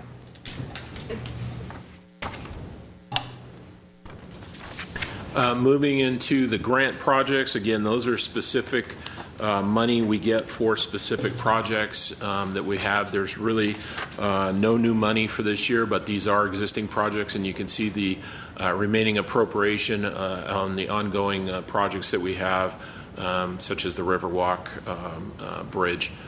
So there's still $2.1 million in CIP funding as we move forward. Some of the other funds that we have, I mentioned a lot of the other grant funds, CDBG, there's the development impact fees that we collect for parks mitigation, all throughout different funds, library mitigation fee, community development. I have a little bit in general fund actually, but a lot spread through the special revenue funds. We get one-time money or money in the grants for various projects. Management services has economic development and some of the things they have going on. Public works, you can see all the different gas tax and transportation monies we have. There's a lot of money that we have coming in through various other funding sources. Sewer fund, we talked about that, and I'll show you the various projects. Refuse, again. GWP has a lot of ongoing capital projects with their 5-year plan from the bonds that we had sold the prior year. So moving into CSP, there's not a lot of new money in grants, but there's still existing money through March of this year. We still have money in the Palmer Park improvement, about $675,000. Some of the park mitigation fee, Fund 405, $344,000 again for the tennis court rehab. Civic auditorium, traffic improvement, $40,000. Design studies, $149,000. Dumagen Nature Center, $1 million earmarked for that for this year. There's already existing money at the $1.4 million from prior years. Fremont Park, $2 million programmed in for this year. And you can see, again, all the other existing projects that are ongoing. Verdugo Park, $500,000 in Brand Park Library, another $500,000 for a total of $4 million. Some ongoing out of Fund 409 is $360,000 on the Palmer Park.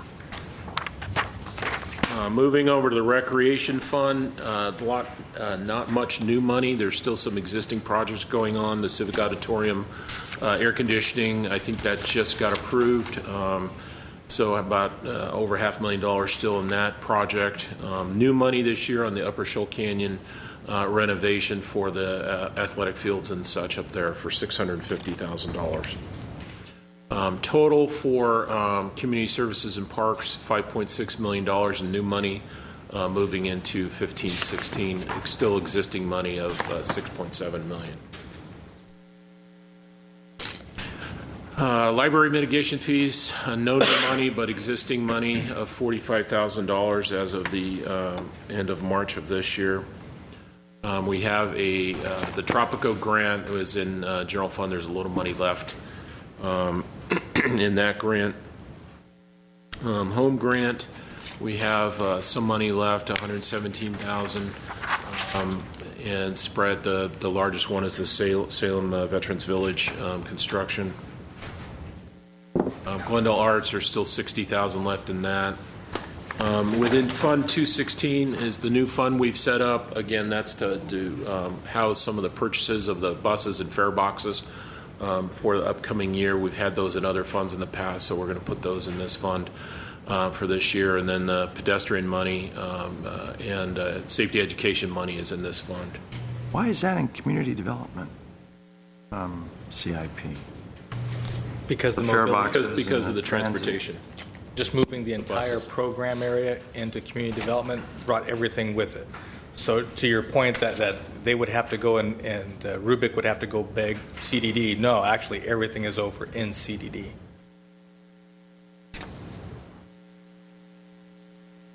Just seems a little like it's in the wrong spot, though. Seems a little counterintuitive. If you look at it from an infrastructure point of view, certainly I can understand that. If you look at it from a mobility point of view and a transit planning point of view, and the idea of getting to a point where we are planning transit and everything that goes with transit along with land use planning, they do move hand in hand. It's probably a dynamic that's older than the current dynamic of saying it's infrastructure, put it in public works. He's got his glasses off. Looks like he's been. Does that make sense to you, Rubik? Mr. Mayor, members of City Council, and on some level, yes, as Mr. Ochoa mentioned, we do work very closely with CDD and transportation planning. So all the procurement of the grants is housed in CDD. However, we do all the paperwork in invoicing, Caltrans, and Metro, and all the reimbursement work. But the relationship is very close. We haven't seen any hiccups. Okay. I know the money's there, and it's not going anywhere that it shouldn't be going, but just in terms of the management and the administration of the... Right. We work very closely together, so... Okay, I'll get it when that actually falls in different areas. When I was in Burbank, the bus community services. Actually, it ended up there was originally Park and Rec. Mm-hmm. So okay. it kind of varies city to city. Okay. Continuing on with community development and all the different funds that I have with the different projects, a little bit of money from AQMD. Measure R, not any new money this year, but 6.1 in is existing money for beeline maintenance and operation. There's a little money left of $250,000, another $250,000 for the transportation center from Prop C money. One quick question. That Measure R money, that's 6.18. What is it going to be spent for? I believe that's the beeline maintenance facility. Yeah, I'm getting yes. Maintenance facility? Yes. For the maintenance of the beeline? Of the buses. The buses? Yes. We'll have our own facility in town as opposed to relying on our provider's facility.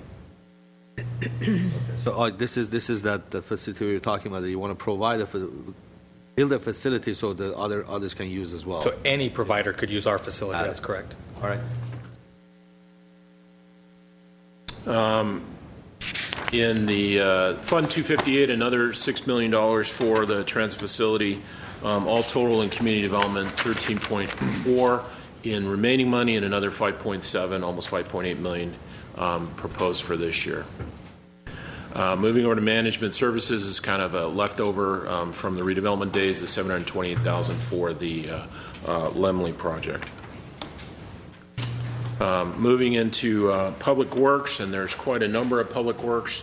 A lot of existing money, just to highlight some of the State Route 134 ramps, the $334,000, the Glendale Avenue wastewater capacity, $334,000. Existing money of at Grandview Sonora Railroad, $273,000. You can see the original project life to date was $4.5 million, so it's a lot of money's been spent in that area. Other infrastructure improvements, interchange, $1.2 million. Ocean View traffic signals, $600,000 still remaining. So you can see the original project. The total amount's still there, so these haven't even started. Still $4.3 million there. Into the gas tax, a lot of different projects going on with Fund 402, gutter reconstruction, street reconstruction, 1.1 and 1.6 respectively. Sidewalk maintenance, $500,000 there existing, another $500,000 slated for this year. Same with slurry seal, another $500,000 for this coming year. Pennsylvania rehab, new money of $500,000. Dorn Street rehab, $150,000. Ocean View, some rehab work there, $200,000. So on and so forth. New money total almost $4.4 million this year. Out of curiosity, at what level is street work trigger our Complete Streets program to kick in? Mr. Mayor, Member City Council, Council Member Friedman, moving forward, actually, we are going to consider every street reconstruction project as a candidate for Complete Streets. So reconstruction, not rehabilitation. That's what I'm wondering. Is there? Yeah, what's the very threshold? good distinction. Yes, slurry sealing or pavement rehab doesn't retrigger it. Right. But if we are moving curbs and gutters, if we are changing sidewalks, if we are realigning intersections, then that will trigger Complete Streets. Okay. But strictly pavement rehabilitation, no. Okay. Thank you. Moving into continuing with Public Works, Fund 409, additional CIP existing money of $1.3 million, still existing. A lot, Prop 84, urban greening. There's almost $1 million left in that project. Moving down to Fund 520, there's parking lot. That's parking fund, parking resurfacing. Parking lot meter pay stations, $161,000 left in that project. Some of the other lot improvements, all told, about $2.5 million left in the parking fund, but no new money proposed for this year. Into the sewer fund, there's fair amount of existing money for reconstruction, 2.2 million there, 300,000 new money for sewer reconstruction, wastewater capacity, still about $1.2 million left over from this current year, 14-15, another $500,000. Stormwater treatment, that project has not even begun, still $2.5 million there. Some of the big ticket items within Public Works, as you can see, remaining money in the ongoing Hyperion wastewater. That's our contribution to the large Hyperion plant down by LAX that we have part obligation to pay for expansion and pollution remediation and all the good things they do down there. Another $6 million proposed for this year. And these all get built in, these costs that we spent at Lagwork and Hyperion all get wrapped into our sewer rates. And this is significant infrastructure costs for all the sewage treatment. Continuing on the Chevy Chase, that remaining sewer diversion program hardly started, $11.8 million. All told, there's about $54 million remaining as of March within the sewer fund, and another $14 million. A lot of infrastructure money in that fund. Refuse disposal, not a whole lot there. $600,000 for the landfill expansion, environmental study, and then the landfill irrigation of $600,000. That's new money for this year. Total Public Works existing, they have $68 million and another $19.3 million proposed for 15-16. Moving into Glendale Water and Power, again, a lot of the projects were appropriated in prior years based off the bond money, the $60 million that we sold for electric and $35 million for water. And I will tell you, some of the proposed appropriations that are in 15-16 is actually moving some of these monies around from what was appropriated in prior, but again, a lot of money in infrastructure for GWP. So let me run through those. The Grayson Repower, we had some money remaining this current year, adding in another $6.9 million, proposing another $6.9 million as we move forward with that project. Some of the other projects for power management, boiler retube of $4.5 million. These are all expensive projects to keep those aging equipment going down at the plant. Emergency repairs, $1.2 million for those things when they blow a boiler tube or something goes out, money there for that. Some other AMI, that's the advanced meter infrastructure, some of the additional money for that. Grandview substation, you can see there's still $11.9 million there and another $400,000 proposed moving into this year. On the distribution side, not a lot of new money, a lot of existing money in the various projects. Capitalized interest, that's part of the money we actually have to capitalize from the bond proceeds. It's an accounting thing, but we do have to account for it. A lot of the new monies we had, Scott mentioned earlier, the 4 kV, 12 kV conversion, that's the $4.5 million there, and some distribution of a lot of different smaller projects that they do, some of the vault replacements, cable replacements. Power poles, that's $500,000 for the aging power poles that throughout the city they replace pretty annually. And just a lot of the other projects, total proposed is $28.5 million on the electric side. And then we also have the customer paid projects. So those are, we have to appropriate those, but those are revenue offset when a developer comes and needs a tie-in. So we estimate those projects as well. So total electric is $31.4 million for this year. Moving into water, again, a number of projects, a lot of existing projects from prior year, a lot of maintenance type work on replacing pumps and some other modernization projects. Valve replacements, water main replacements at various locations throughout the city. Various emergency repairs, the budget for main blowouts. You see that quite frequently in LA, not so much in Glendale because they maintain them, I think, a lot better in Glendale. Other water main projects on Linden, $3.5 million, and then Chevy Oaks recycle project at $2.1 million. Total water fund of $13 million proposed for this year. Total Glendale Water and Power, $44.4 million. So again, summarizing all the CIP as we had gone through, I showed you all the detail as broken out in the general fund CIP, all the various departments, the new money of $3.3 million in Fund 401, and then all the various departments throughout all the different funds.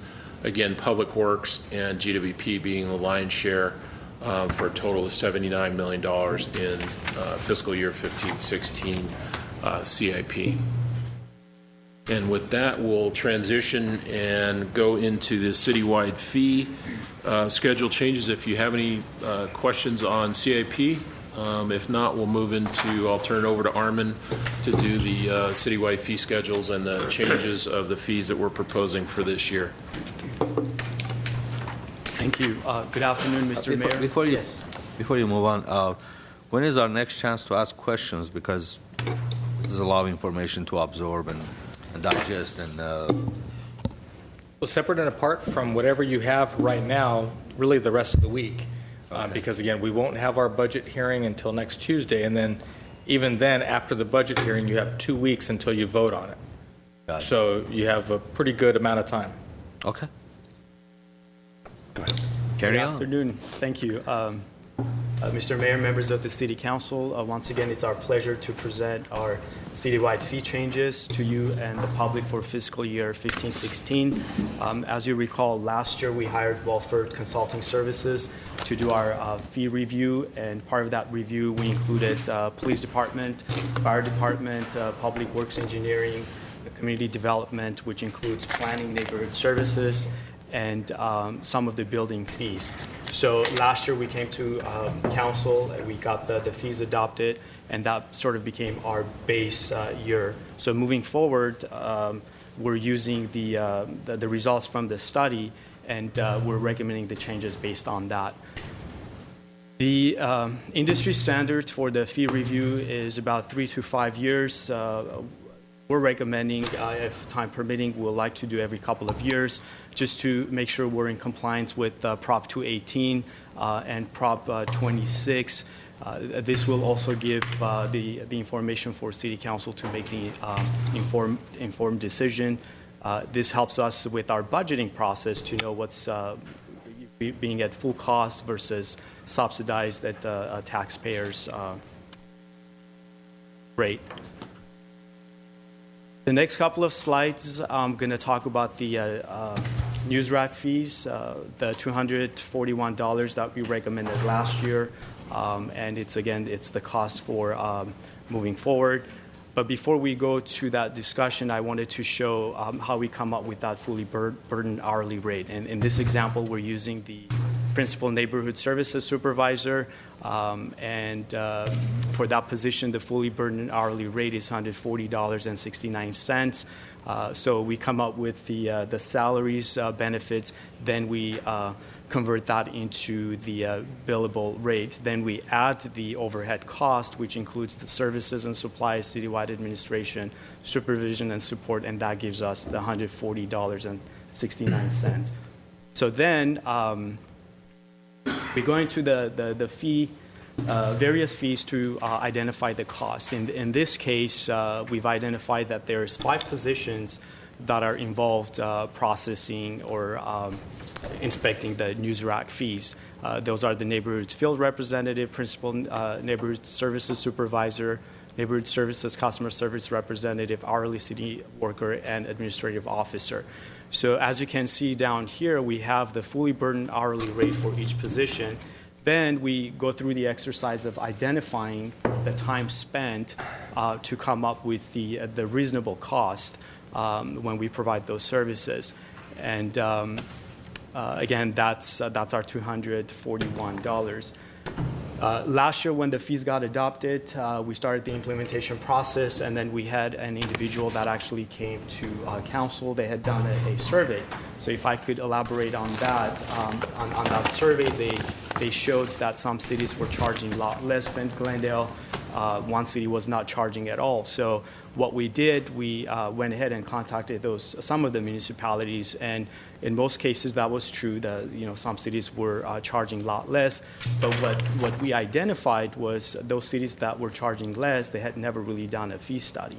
The example I can use for Burbank, I think they're charging $20 or $30 for the news rack, but I believe they've had that fee in place for 20 plus years. They're doing a fee study, so it'll be interesting to see their final result, and that's going to help us to really do that apples to apples comparison.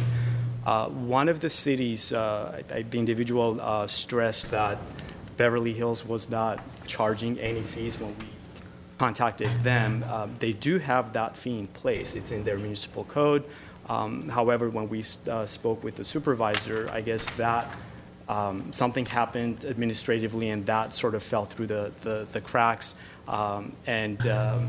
But they thanked us for bringing that to their attention. So I think moving forward, they're going to go ahead and implement that. So again, our cost is $241, but it's really a council direction, and we're asking for council direction actually moving forward, whether you want us to go at full cost or subsidize it at 75%, 50%. Yes. Can you explain what goes into the staff time with these boxes and why we have to inspect them twice a year? Yeah, what we've identified, because part of the inspection, we do twice a year, there's inspection done, and we've identified that we said, okay, if we take one of the inspections out, what will happen? And through that exercise, we've realized that, when we reduce our time involved, then sort of the violations increase on the other side. So overall, we're still getting involved, but, whether we collect it this way or through the administrative citation, the staff involvement is still there. So is it just for the inspection, or does staff need more? I'll let Tim Foy. This fee is both an application fee as well as covering the cost of twice yearly inspections. And as Armin noted, we did take a look at the results of the inspections that we do every 6 months and found kind of a surprisingly high number of violations. And our recommendation is based on our concern that if we drop inspections to a lower frequency, commensurate with a lower fee, that there would be graffiti problems that would just creep up and spill over and compound the problem. And these are, by their nature, in very visible commercial locations. Well, don't the people who fill the boxes every week or every 2 weeks, don't they see the graffiti and take care of it? I would imagine they see it. I don't know how much are taking care of it. If they are taking care of it, it's hit right again, so that we see it constantly.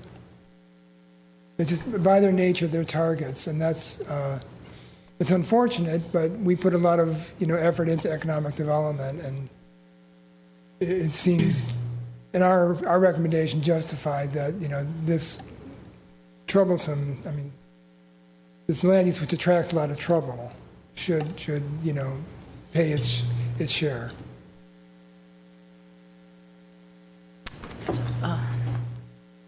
Yeah.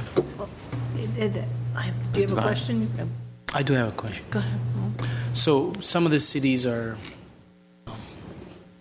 sort of lapsed their attention, that they actually have a fee. Other cities haven't done a cost study, but many are consciously subsidizing the program, right?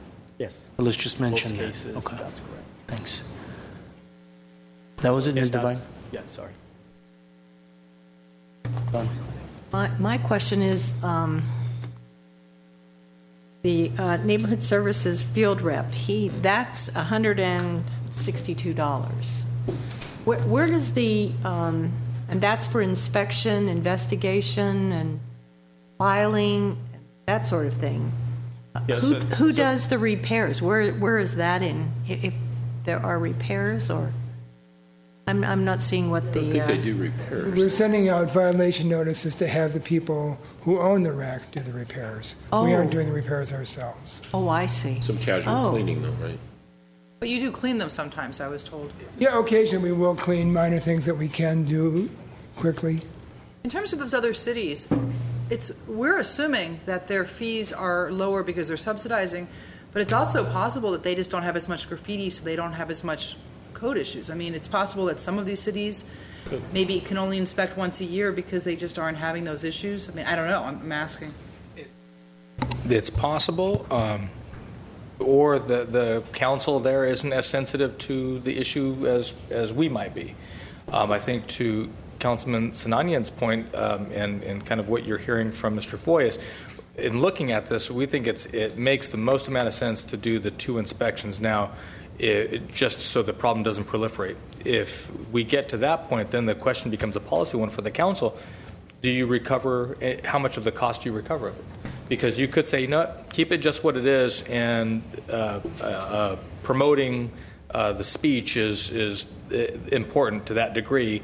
Or, you know what, no, it's a private concern, recoup the full cost. Well, let me ask this. Our fee would be, if we only needed to inspect once a year, if the managers of the boxes were keeping them clean proactively, we might not have to charge this fee, right? Because we could only inspect once a year? If they were doing that proactively, I mean, yeah, that could be true. If there were other, if there were other means of us providing that level of service other than a permit, that might be equally true, where we just said, you know what, we'll take it over ourselves, we'll maintain all the racks. But we don't have a business license, for example, that might allow us to do that. So to the extent that you have a private provider exercising a private box, or a rack in this case, you're recouping that cost to some degree. The point I'm making is that the reason the fees are high is because these boxes are being vandalized, and we're having to do code enforcement on it, rather than the owners of these boxes seeing them when they load them every week, or however often they load them, seeing that they're graffitied and cleaning them. We're having to constantly give them violation notices to get them to do that, and that's why the fees are high. Maybe we could give them the option of just, we don't charge those fees, we lower the fee, and we just cite them as soon as we see graffiti if they let them go, or give them a few days, and maybe they would rather do that and just sort of promise they'll keep them clean. Kind of let them take responsibility for, really watching out for them. But if you don't conduct your inspections, how are you going to cite them? I mean, how would you know they're proactive and they're cleaning it up or they're maintaining it, even if you don't do two inspections a year? I mean, it's not how if you cut it down to one, you might as well not do it, because how would you enforce anything without inspections? You won't know that they're maintaining it or not overall. Right. If I may add what Mr. Ochoa said about the business license, but we talked to those cities, most of them do charge a business license tax on top of that. So in that case, they're able to keep their costs or the low because they're getting it from it. I mean, is there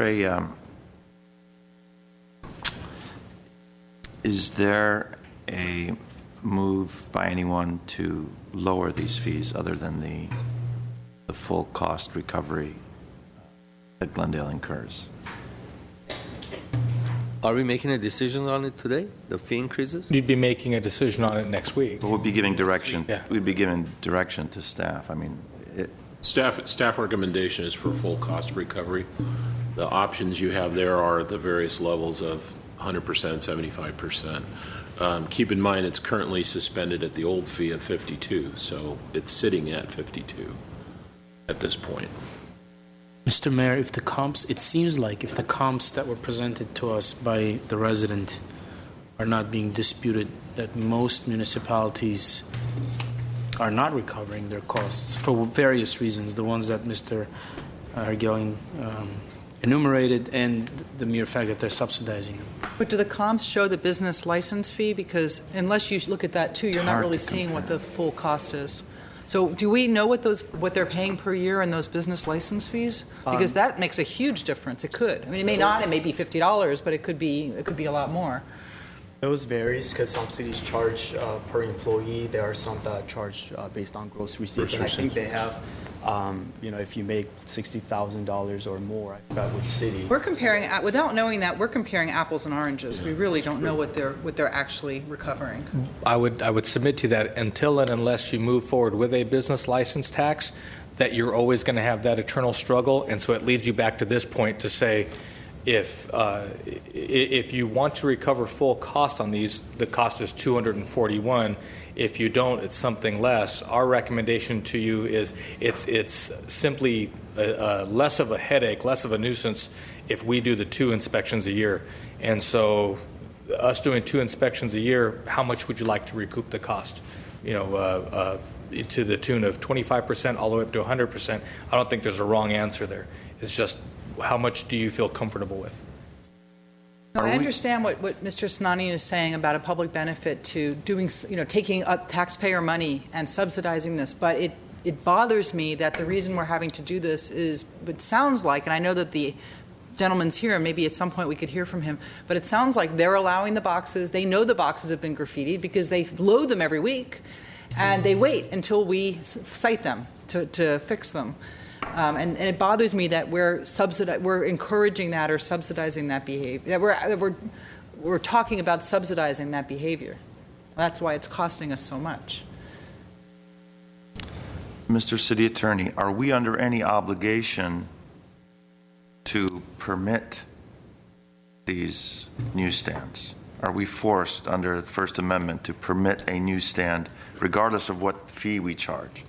We're allowed by law to impose time, place, and manner restrictions. But we do have to allow them in the city. They're a form of speech. And the law may change as you see newspapers going by the wayside in general. The law may change on that. But right now, the status of the law is that this is a form of free speech protected by the First Amendment, and we have to have some avenue by which they can do that. Because I was going to say, let's just get rid of them. Totally, that'll solve a lot of time that we're spending on this. But since we can't do that. And there is a reason we can't do that. I mean, same reasons that some municipalities are subsidizing them. Well, one question. They're in city properties, right? Basically, they're on the sidewalks, and they're not paying any rent for it. Or are they paying rents? Nothing. This is the only thing that we're charging them, the fee. And this is our cost, basically, for them to be on the sidewalk or wherever they are. And most of these papers are weeklies, like LA Weekly, or what kind of You get everything. You've got individual real estate companies. You've got the regular brochure of homes in general. You've got the Pay LA Times. You've got the Pasadena Weekly. What was the other one? The Express? What is that called? Something Express? LA Express or whatever. And they're free magazines, and they survive. Some are free. By advertising, by receiving advertising, or charging for advertising. Charging private advertisers, sure. There's no newspapers per se, right? There's no LA Times? Yeah. There's still a couple coin-ops. Yeah, there's LA Times. Okay. There's News Press. Opinion. No more news press. I've seen News Press outside my office, yeah. I don't think for a quarter. Really? Yeah. News Press. LA Times, they charge for it. They're not free. So. Again, we would put forth the ongoing inspection regimen, and then ask the council, how would you have us charge the fee? At 100% or at something less than 100%? And again, it's really this is one of those decisions that council gets to make in terms of policy. So, absent a direction today, will in the recommendation for the 19th include it at 100%, but you're not precluded from today or then saying no, knock it down to 20% or 25% or whatever the deal is. Okay, so why don't we do this? We're spending a lot of time on a very minor cost generator. So let's have 2 options for next week. Let's have the full burdened $241 annual fee, and let's have an alternative, which I'm going to ask you to just propose. I would propose the 50% because it's still a significant increase over the. So that'll be the $120.50. There you go. Okay, so let's just vote it up or down next week, and recognizing that the council will have the discretion to charge anywhere between 0 and 100%. right, but just next as week, to frame our discussion. Okay, let's move on. Thank you. So moving on, here's a proposed fees for 15-16. We have 18 new fees, 38 increasing fees, 8 decreases, 31 fee deletions. We have service title revisions for about 11 fees, and about 2,200 of our fees are not changing. And overall, we can have about 2,300 for fiscal year 15-16. I'm not going to read for every single fee, but please stop me if you have any questions. We also have departmental representatives here today to address any questions you may have. So again, our new proposed fees, we have about 18 new fees. Some of the highlights will be filming application fee for low budgeting at $152. Then for the library, we're recommending based on the, yes? Please don't stop mid-sentence. When you take a breath, that's all. I wanted to point out 2 things. First of all, I thank you for putting in the low-budget film. I've asked for that for about a year at least, and I'm glad we did that because filming is important in LA, and not every production is a big-budget film that can afford to pay thousands of dollars. So it's nice that we in Glendale are encouraging low-budget and more artistic productions and student film and all of that, and now offer this very low fee. And secondly, something else I wanted people to notice, and I don't think it's on this page, but when you get to it, because I know you skipped over a bunch of fees, I want to be sure that people know about the new reduced kennel fee if you purchase 3 years. So maybe you can just expand on that whenever you run through it. So we have some new fees recommended by the Building and Safety Division at Community Development Department, 1 new fee for planning, and 1 for neighborhood services on the kennel permit. We currently have 1-year kennel permit. Staff is recommending to have a 3-year kennel permit at $163. Again, the reason for this fee to be consistent what we already do with our dog licenses. And again, when individuals get their rabies vaccination, most are at 3 years, so that kind of puts us in par with those certificates.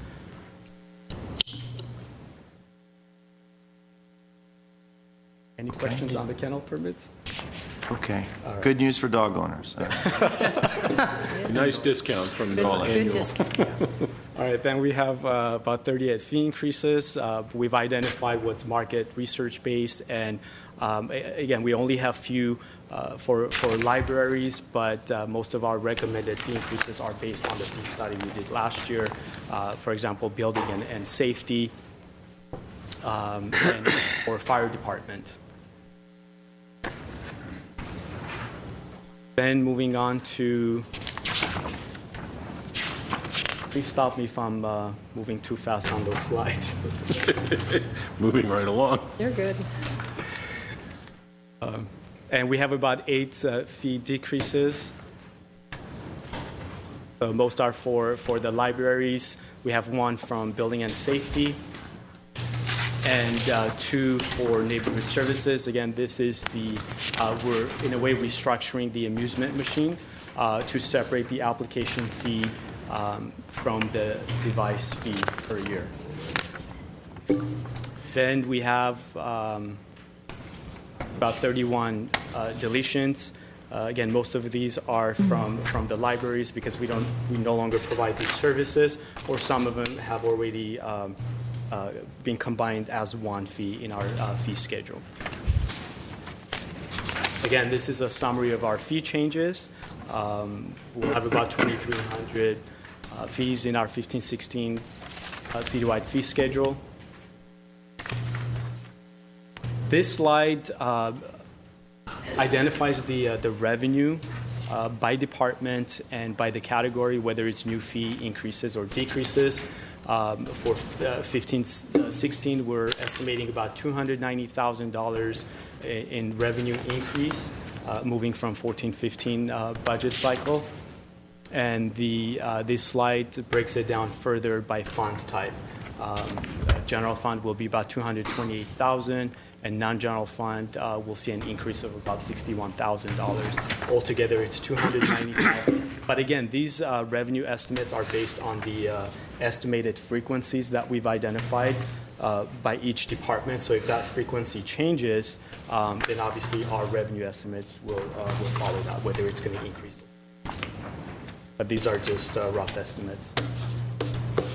Mr. Mayor, thank you. If you go back to slide 165, I think we talked about this, and I want to ask if we can do a little survey and find out, because we're subsidizing like item 20, 21.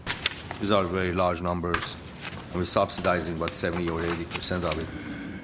If we increase these fees in the near future and decrease the side of homeowners, the projects that come in, or the additions that is being done to the homes, how can we balance that so we won't lose too much revenues but still have some sort of a balance between the two? These are the new fees we identified last year for the new construction. It includes both commercial and residential.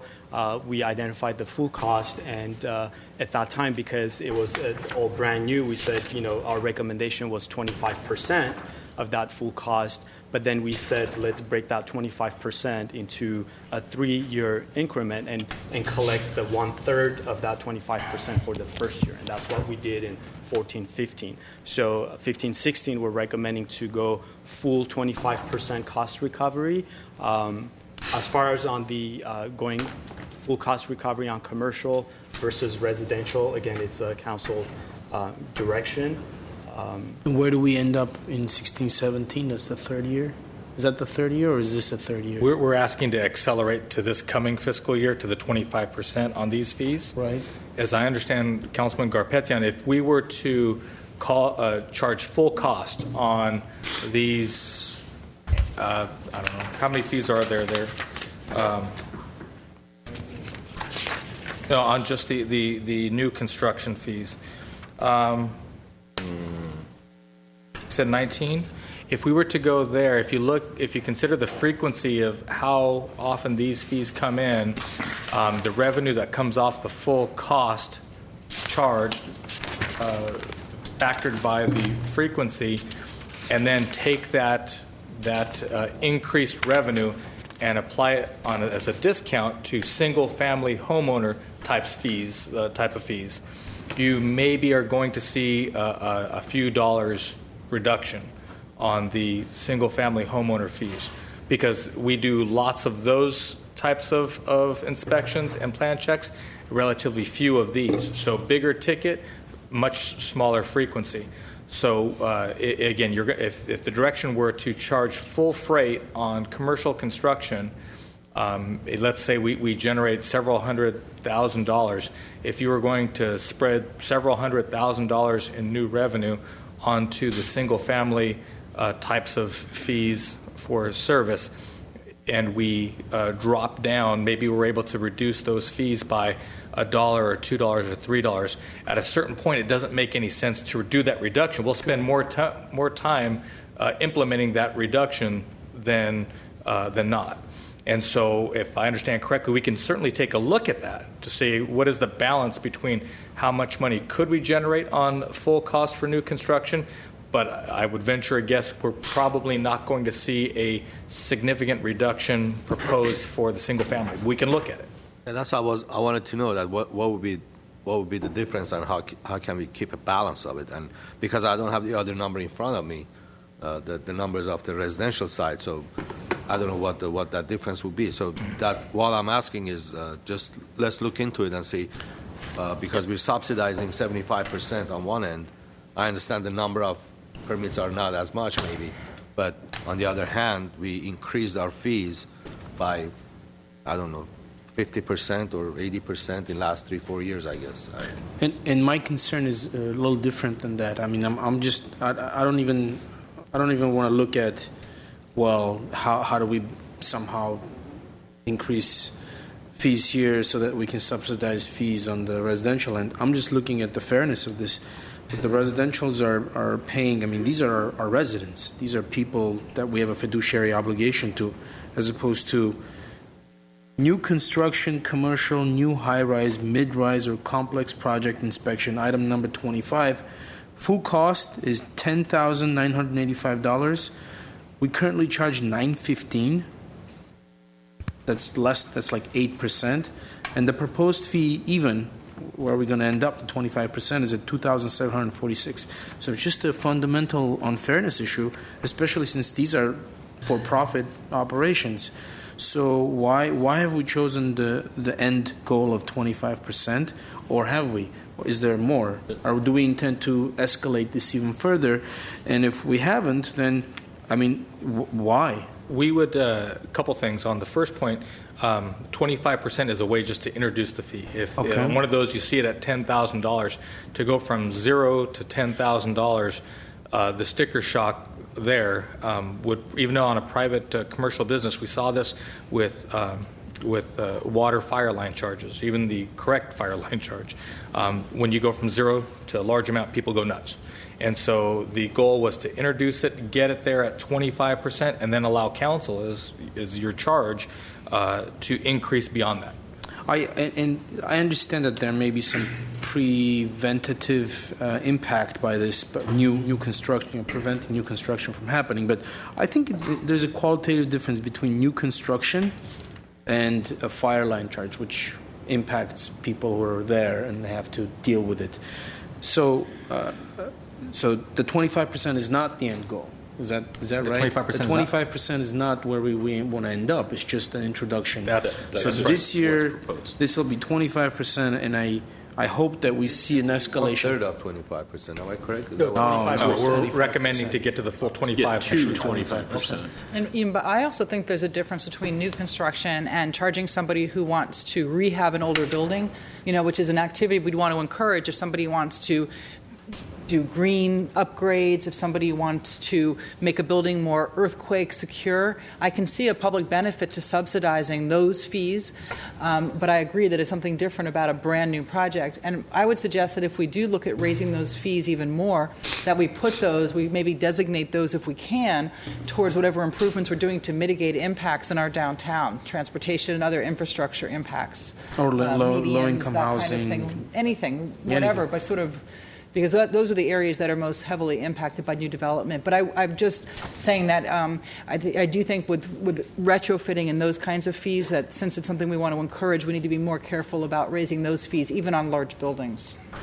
Like the Masonic Temple. Where I was going. I don't have a Masonic Temple, but Los Angeles is thinking about to encourage people to do earthquake retrofitting of waiving all fees and doing other kinds of subsidies. I think we're going in different directions. That's not what I was applying to. I know. I'm just expanding on. We talked about it today a little bit. Pick up, design review fees. Design review board is, I don't know, how much is it today? $5,000 for an average Joe who wants to add a room or wants to build a new house. Then if you go back to redesign, you have to pay another $5,000. So those fees were not there 3-4 years ago. They were all implemented in the last few years. What I'm saying is, keep the balance. I'm not saying remove all these fees. I'm not saying add more fees to the new construction of commercials. We need them all. But what I'm saying is there should be a balance between the two. Because if I'm being returned for redesign for 2 items and I have to pay another $5,000, a lot of people are being discouraged from it. And it's just, taking that. Sure. Didn't we take a lot of projects out of DRB now? I think a lot less are going than when we were on the board. I think only new houses now, right? Yes, correct.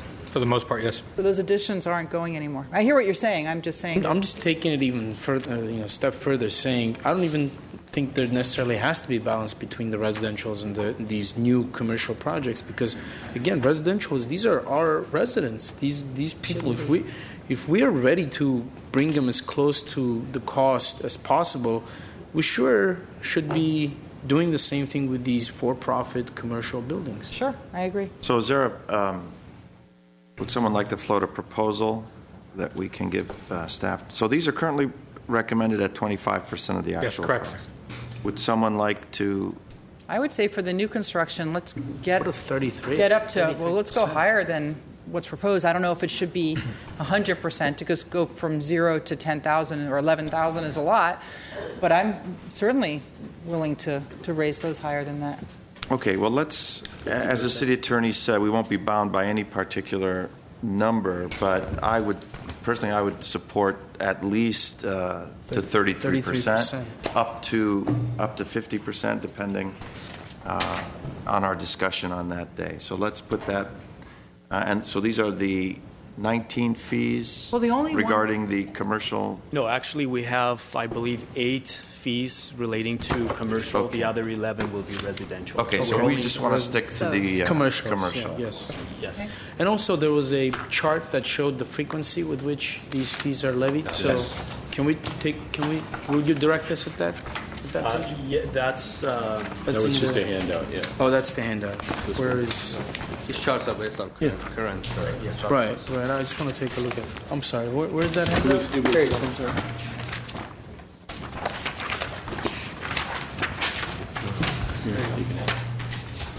Thank you. What page is that on? What?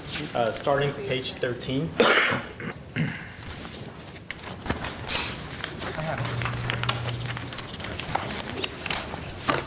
Okay.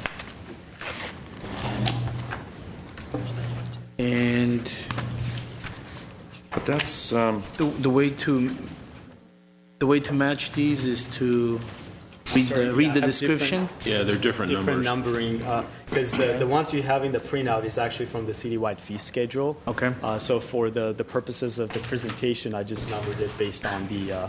So if I may, Mr. Mayor, can I request that you number this schedule, the number of the frequency with which they're levied, and number them according to the number of the existing fee? So in the attachment, you have the very first one, 140. The fee number is number 20 here. You see that? I'm sorry, It's number 20 that of again? slide 165. Okay, number 20 of slide 165 is what? Is Number fee number 140. Number 140. 140, okay. 140. Yeah, page 13, 140. You don't, we don't have to do this right now, but I'm Yeah. just saying, But like, you know, some of these, even though they say new construction, like 147 is alteration to an existing. Does that mean, is it an alteration to a plan for a new for a whole new building, or is it an alteration to an existing building? It's a little confusing the way it's written. It says new construction, addition, alteration, T1 to high-rise, TI to high-rise, mid-rise, or complex project inspection. Does that mean that it's a new building or new construction on an old building, or it could be either? Or Mr. Mayor, members of the council, great question. We had trouble trying to figure out how to label the fees, and so what we did was any project which is going to be new construction today, whether it's a remodel, an addition, or from ground up, that was classified as new construction. And so we have a number of categories: new construction, whether it is complete ground development, and that's just called new construction. If it's called new construction alteration, then that's an existing building, but it's a new project. okay, thank you. So I'm maybe next week or when this comes back, that staff can talk about the alteration ones, because you're talking about the average Joe. So I'm thinking of somebody who has an older building that's not doing so well and wants to do a nice facade remodel to make it look good for the community. Our fees get so high that they're just not going to do the project. You know, there's a community benefit to having some of these alterations to older buildings. So maybe we can just hear more about that. And maybe we're not talking about an increase that's so much that it's like, you know more about this than I do, and they know a lot more than I do. I just want to be sure that we don't start hearing people say, oh, I was going to seismically retrofit my building, but now that you've made the fees so high, I'm not going to do it. That's all. I'm not mistaken. The buildings that need to be seismically retrofitted, they have to do it one way or the other. There is no way around that. I mean, that's Okay. not a comparison that can happen. But let's look into it. Well, all I'm saying is let's have a little report and look into it and see how can we keep a balance between the two. So please match those numbers for us. Yes, Thank you. will do. And also provide a definition for what is exactly a high-rise, a mid-rise, and a complex project. Thank you. Okay, Armin. You were almost done, I think. That's it. We are there. One step forward. So, stop moving, Armin. You have completed the budget study session number 1. That's your general fund forecast, the 5-year and actually 7-year forecast. Today was council priorities, summary appropriations, department budgets, CIP, new fees and increases. Next week is the hearing. So ideally, you're going to give us feedback today, this week, that we can program into the May 19th, and sooner is better, because the actual vote, your adoption of the budget, is slated for June 2nd. So the idea is to do this in study session format, take as many questions as you want, spur discussions, spur some debate among the council, and then if you can give us that as soon as we can put it into the May 19th budget hearing. That way we can move forward with the June 2nd actual adoption. Great. Very good. We don't have any cards for public comment. If there are no other comments from my colleagues at this point, I will entertain a motion to adjourn. So moved. Second. We are adjourned. Thank you, everyone, for your attentiveness.